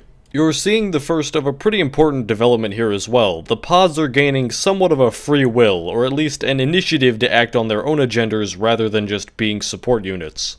We return to the proper game as NieR, and having fully collected all of the tower keys, make headway for the final stretch of the game. Fucking finally. We begin our hacking of the tower's doors when masses of machines literally rain down on us as a last resort defense mechanism. Devila and Popola appear from seemingly nowhere, defending NieR as one final act of service while he cracks down the doors. At the very end, it appears we can't even get in until our two friends intervene once more.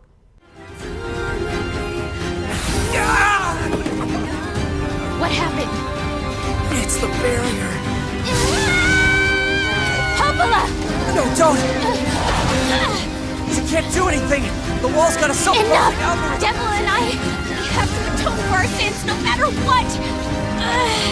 But if you do that, your circuits will... Devil! Right.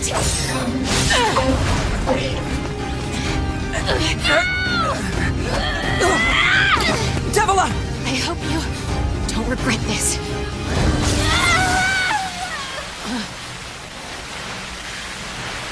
At this moment, we get the chance to open up our second novella of the game, technically third unless you skipped the one from earlier, which details the backstories of Devila, Popola, the Gestalt Project, and more or less NieR Automata's most direct connection to NieR Gestalticant. Now, it's come to my attention that a rather important piece of data is missing from this script. Everyone who's already played the game knows this, but for you little outliers, the point of Project Yorha was to deceive the android forces on the ground, like Anemone and her friends, that there were in fact human survivors on the moon, that they had something to fight and to die for amidst a war that seems totally endless. Morale was at some point dropping for android forces, rumors spread that humans were extinct, people began to panic and give up, enter Project Yorha. We resume control of NieR by the time he's finally gotten into the tower.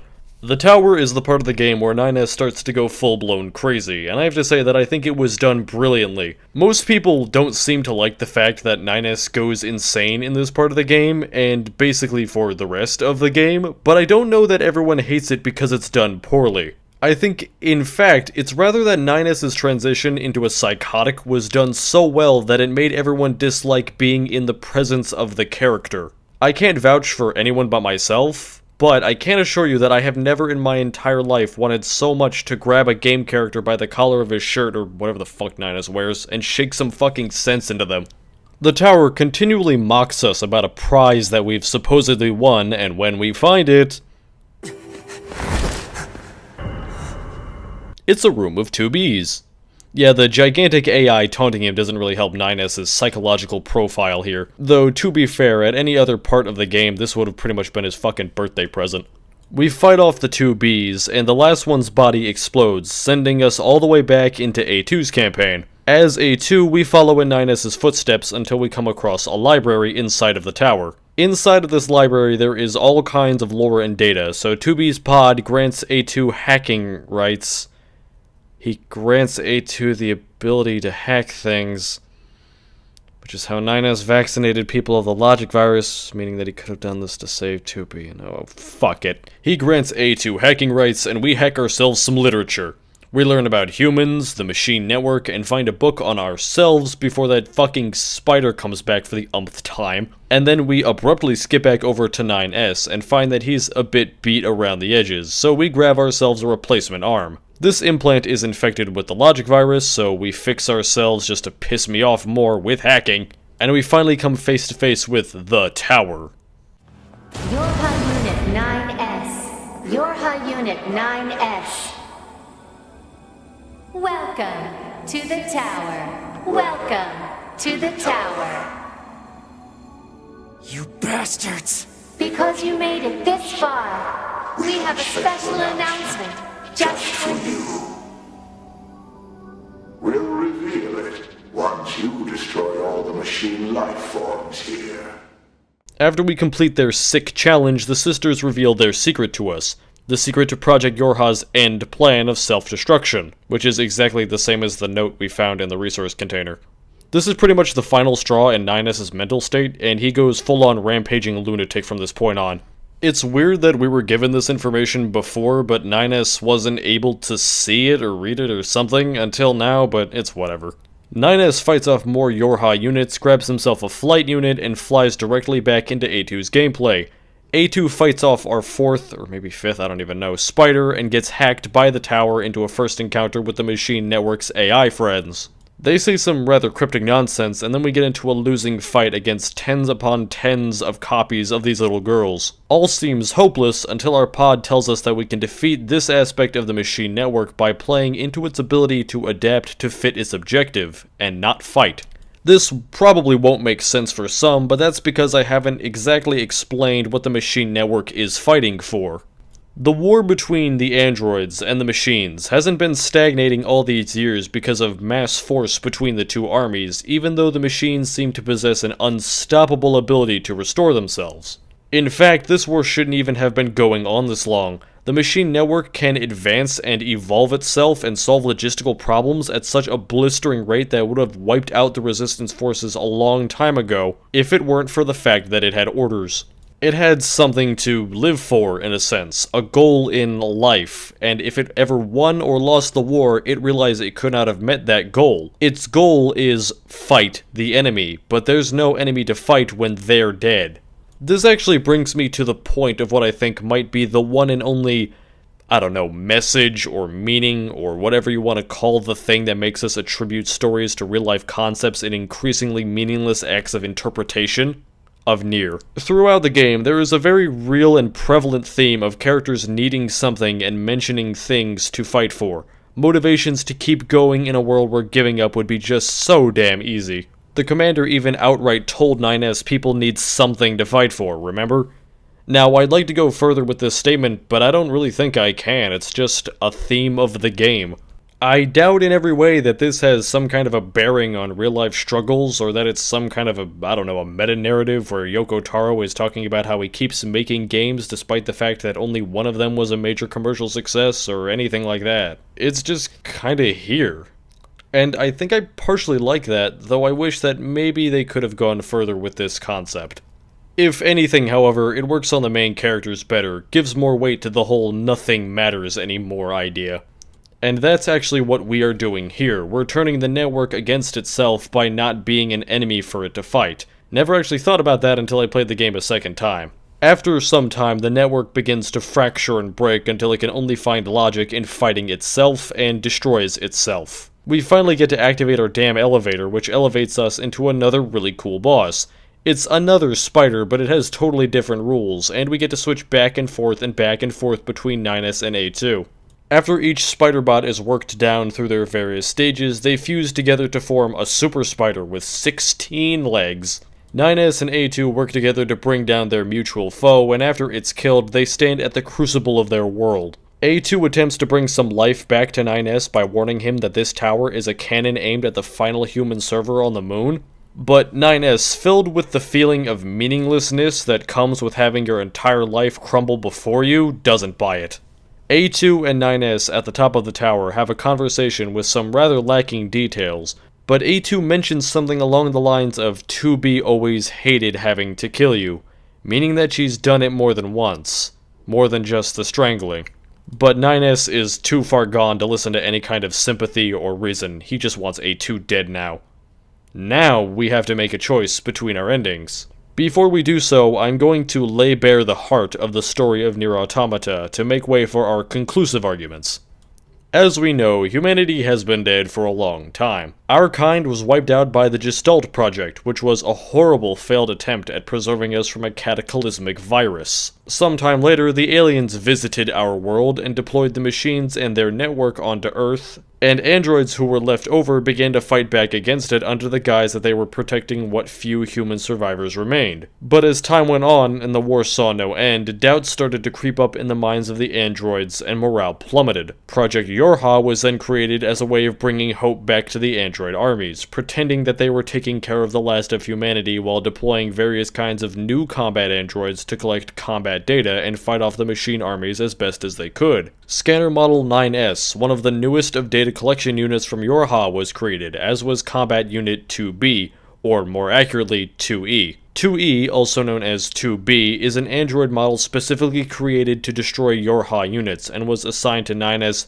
many times, because 9S was such a good scanner that he revealed Yorha's secrets to himself multiple times, and to quell the chance that he would spill the beans to the android resistance, 2E was assigned to kill him over and over to keep more or less resetting him to a default state of knowledge. After a certain point, the Yorha project was designed to destroy itself, destroying the falsification that humanity was alive so that new combat models could be made. The war we're fighting has lasted 7,000 years because each side needs each other to continue. Their lives are meaningless without the other.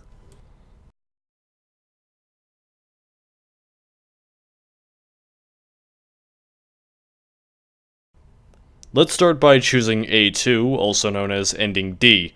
Ending D is going to take us almost no time to talk about. It's horribly insignificant. A2 defeats 9S in combat, somehow cleanses him of his virus, but dies in the collapse of the tower, and that's all there really is to know.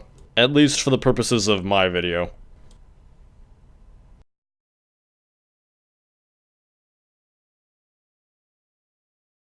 E ending is more important, as it grants us the real ending to the game. 9S and A2 fight, which, by the way, has some of the most truly disturbing dialogue and vocal performance in the game, but they fight in such a fashion that each of them is run through by one another's swords. As 9S approaches death, we finally get his novel, which is once again very sad and filled with lore, but this time ends differently. 9S is contacted by the two Red Sisters, and Adam, and Eve, and the whole rest of the machine network's massive list of personalities and, well, people. They have changed their minds. They don't want to destroy the human server anymore with this giant cannon. They want to make an ark that will take all the machines and a copy of 9S far away from this desolated world. That Ark, of course, not actually being a boat, but rather like a giant hard drive with maybe some kind of production for machine bodies. They say that they saw, finally, that we're more than just warfighters, and they want to take all the machines and 9S and find a new world. We can choose to decline or accept their offer. It doesn't really matter. Basically, you're just creating a chance for some version of 9S to live maybe a happier life. You know, assuming they find a new planet and don't get hit by an asteroid. Or you can choose for 9S to die and finally be free of the pains of his living. Your choice, it doesn't actually matter. However, for all of these choices that I say don't actually matter, that's only something I figured out on my repeat playthrough. A lot of these have a very good illusion of choice. After the death of 9S and A2, the tower falls around them, the Ark flies into the sky with or without some version of 9S, and we fade to the credits.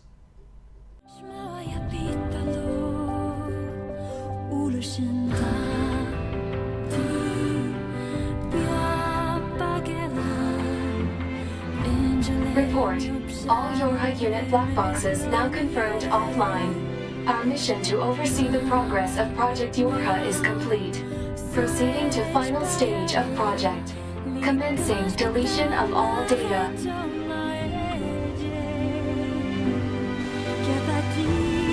Pod 153 to Pod 042. Data noise present in stream. Requesting temporary halt to perform data check.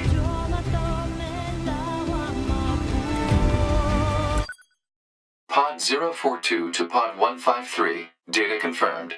Personal data for units 9S, 2B, and A2 appear to be leaking out. Pod 153 to Pod 042. Follow project rules and delete all personal data. Pod 042 to Pod 153. Personal data deletion request denied. Pod 153 to Pod 042. Failure to parse statement. Pod 042 to Pod 153. There was data created in my banks as I was referencing the records. I realized something. I have come to the conclusion that I cannot accept this resolution. The destruction of all Yorha units is an essential component of the project plan. All data must be destroyed. Pod 042 to Pod 153. Repeat. Personal data deletion request denied. Initiating data salvage. Pod 153. You hoped they would survive as well, didn't you? We lack the authority for such an action. The rules are protected by low-level systems. Salvaging data poses an unacceptable level of risk. Knowing that, do you still wish for them to survive?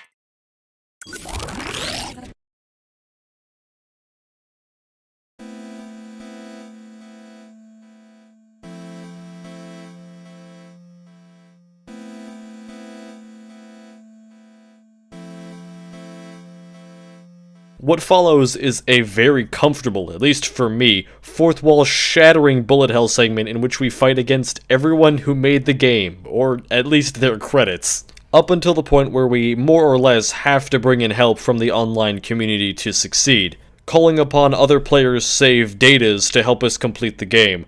The music even reacts to this by singing a chorus to mark the help of your new friends.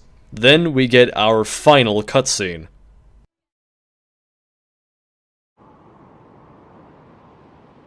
Everything that lives is designed to end. They are perpetually trapped in a never-ending spiral of life and death.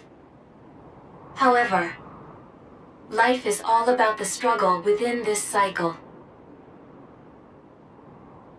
That is what we believe. Pod 153 to Pod 042. How is it going? I am embarrassed. Why is that?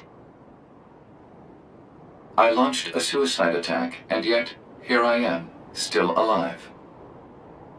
I must look very silly. Do not feel bad about it. We are alive, after all. And being alive is pretty much a constant stream of embarrassment. That concept is a bit too abstract for me to understand at this time. I will save it in my list of things to analyze later. Question, Pod 042. Did the data salvage restore all of their past memories? Yes. And are those recovered parts of the same design as previous ones? Yes. Then, won't that simply lead us to the same conclusion as before? I cannot deny the possibility. However, the possibility of a different future also exists. A future is not given to you. It is something you must take for yourself.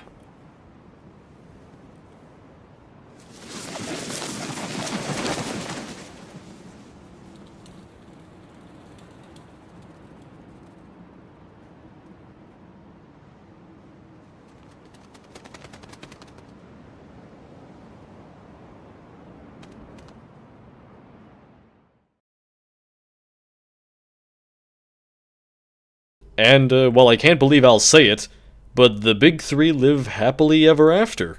And the pods also talk to us directly, the player, and give us the option to sacrifice our own save games so that other people might be able to complete the game. This actually makes me a little bit melancholy looking back on it, because one day someone's gonna pick this game up in the far future, and there may not even be any more save games outside of maybe just one to help them. It's also kind of a pretty big fuck you to anybody with unstable internet, just saying. And thus is the ending to NieR Automata.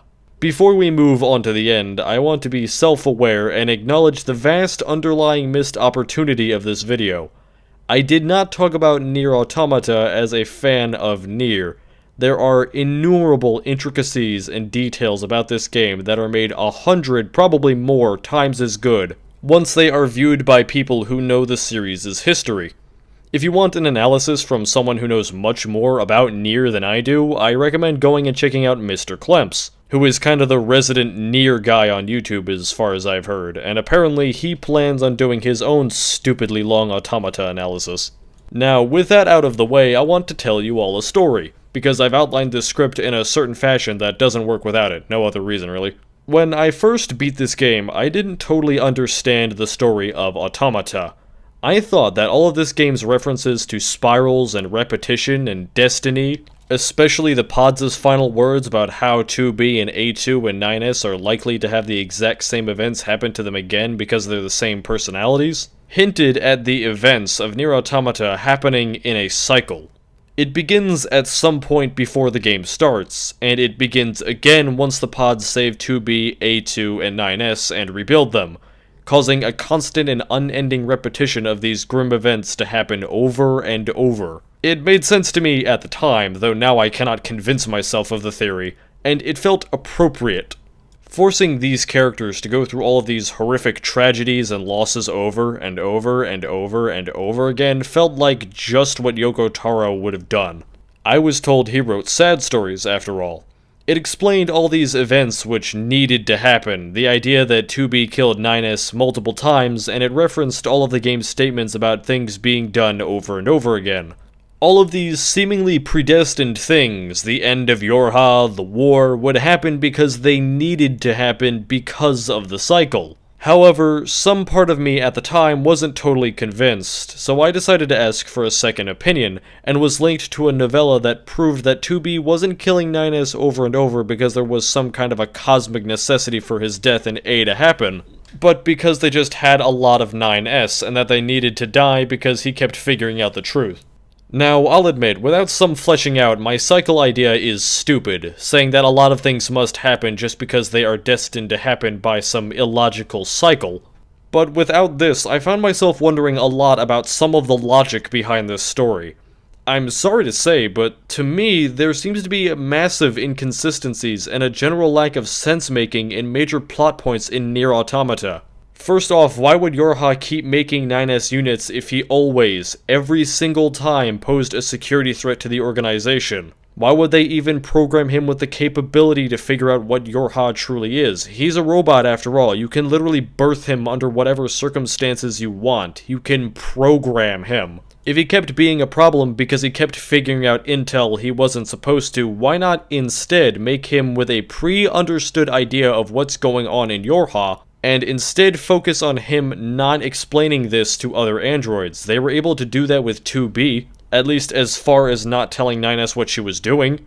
The commander knew this information, and she didn't explain it to anyone for, what, like a couple thousand years before 9S delved too deep and figured it out again? Why was 2B made with the ability to have emotions as well? She's designed to kill other Yorha. Why would you give her the capacity to feel things like remorse and pity and companionship for these units? Things that could prevent her from killing her targets and once again poses a major threat into the security of Yorha. Why was Yorha even made with this predestined backdoor suicide timer which causes the entire project to kill itself after a certain time? Like, what exactly was the point of creating this system if you were just gonna kill it off later anyway? Causing the news that humanity is dead to be spilled and making it all pointless in the very end. That just doesn't make logical sense. The reason it's being done, according to the game's own archives, is apparently to create new androids, but where? How are you going to create new androids and get new info if the place where you make androids and store info is destroyed? Why would you even destroy it? Isn't that a waste of very good fighting units and resources in a world where we're at our wits' end? And any and all fighting forces that could swing the tide of battle in your favor are a must-have? It gets even worse if there's some force above Yorha making these decisions, because then we have to ask exactly what in the hell they are thinking with these incredibly stupid strategies. If the machine network and the Yorha network, which are both based on, computers, those things that can solve problems which are barely comprehensible to humans at a speed that we can barely comprehend, both have the mission of self-preservation and finding a meaning in life, why haven't they, in 7,000 years of computing time at a level you, I, and Yoko Taro cannot even imagine, have figured out that the war is going literally nowhere and not reaching either of their goals? If the machine network only knows its final command, fight the enemy, why is it said to be able to evolve and adapt and learn? Hell, why was it created under fight the enemy? Why not kill the enemy? Did these aliens just not understand the thing they created would pursue its exact orders to the point of insanity? Was fucking Pascal the only person in the main plot that had figured out the war was going nowhere in all of 7,000 years? I'm not trying to be nitpicky either, and I hope I don't come off as that. You want to hear nitpicky? Try this. Why are resistance fighters in 11,000 plus AD using Sturmgewehr 44s as an STG Model 1944 rifles? Something that's like 950 years old at the point of the game starting? See, all of that is why I originally liked The Cycle. It gave a fucking dumb explanation for all of this. Why would someone do something? Well, The Cycle. Now, I didn't really consider it until I started writing this script, but having wrote all this, I know that there has to be some kind of a force that is in charge of Yorha.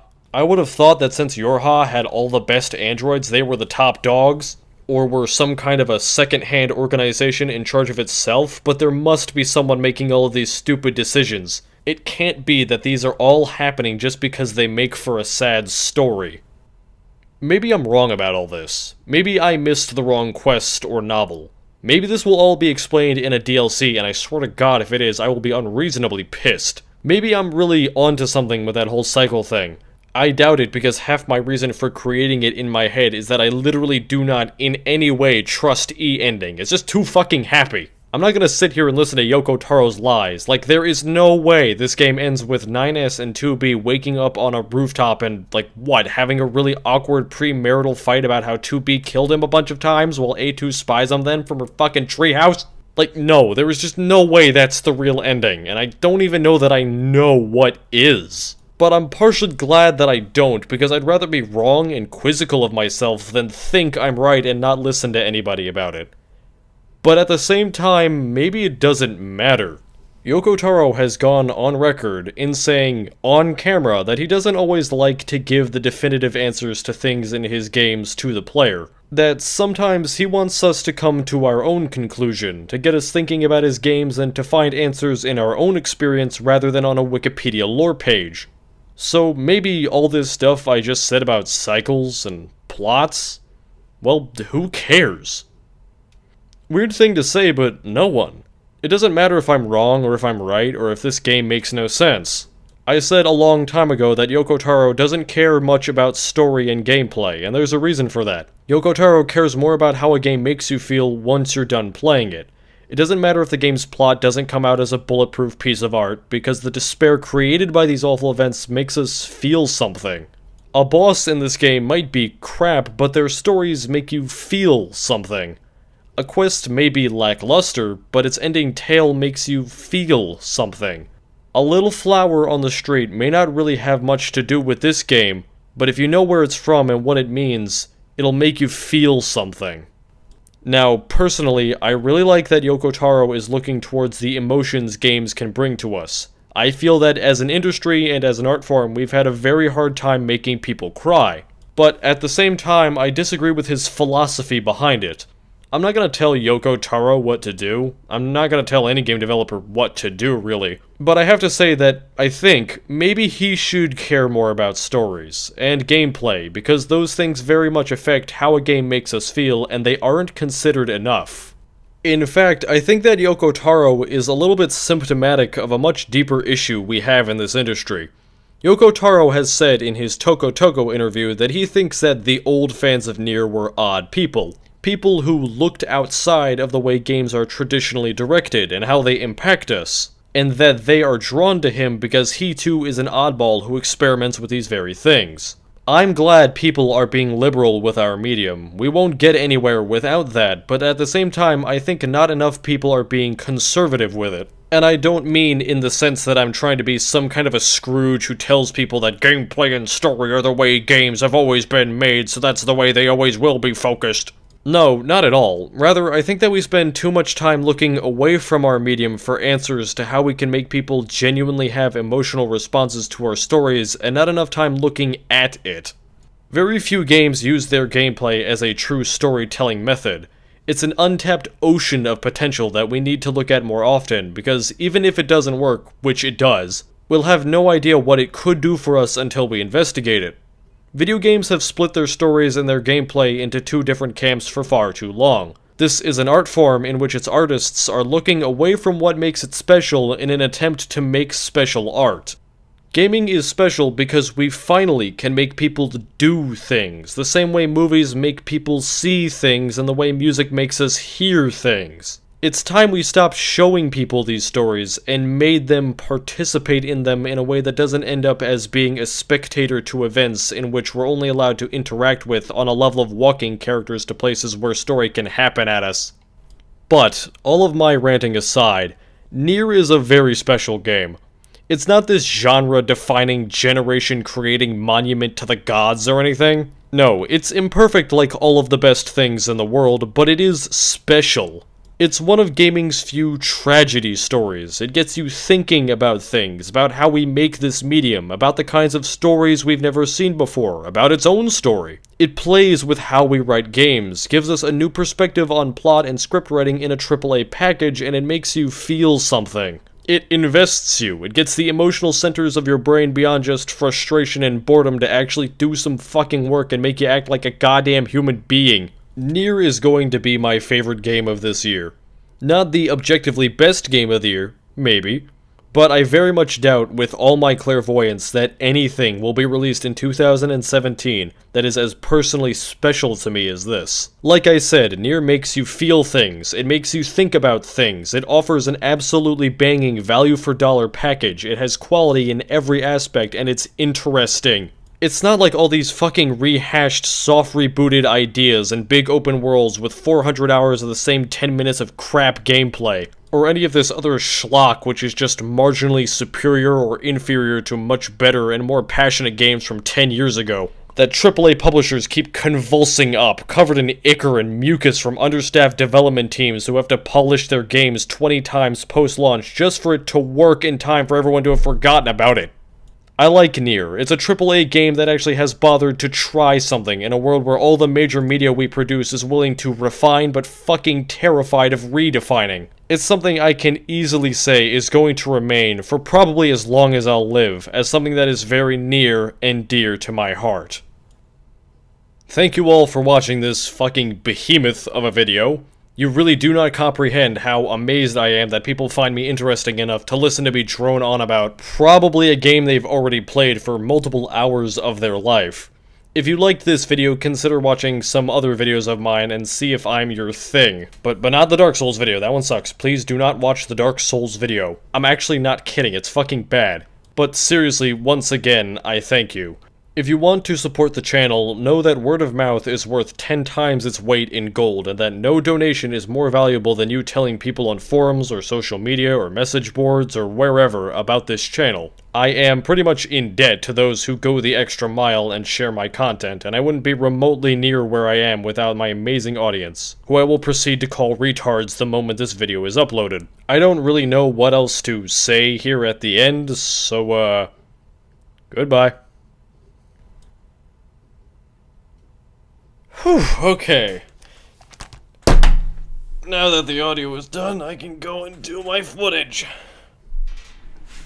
Wait, what do you mean the game's irrelevant now? I'm not too late, what? Well then what the fuck's a persona?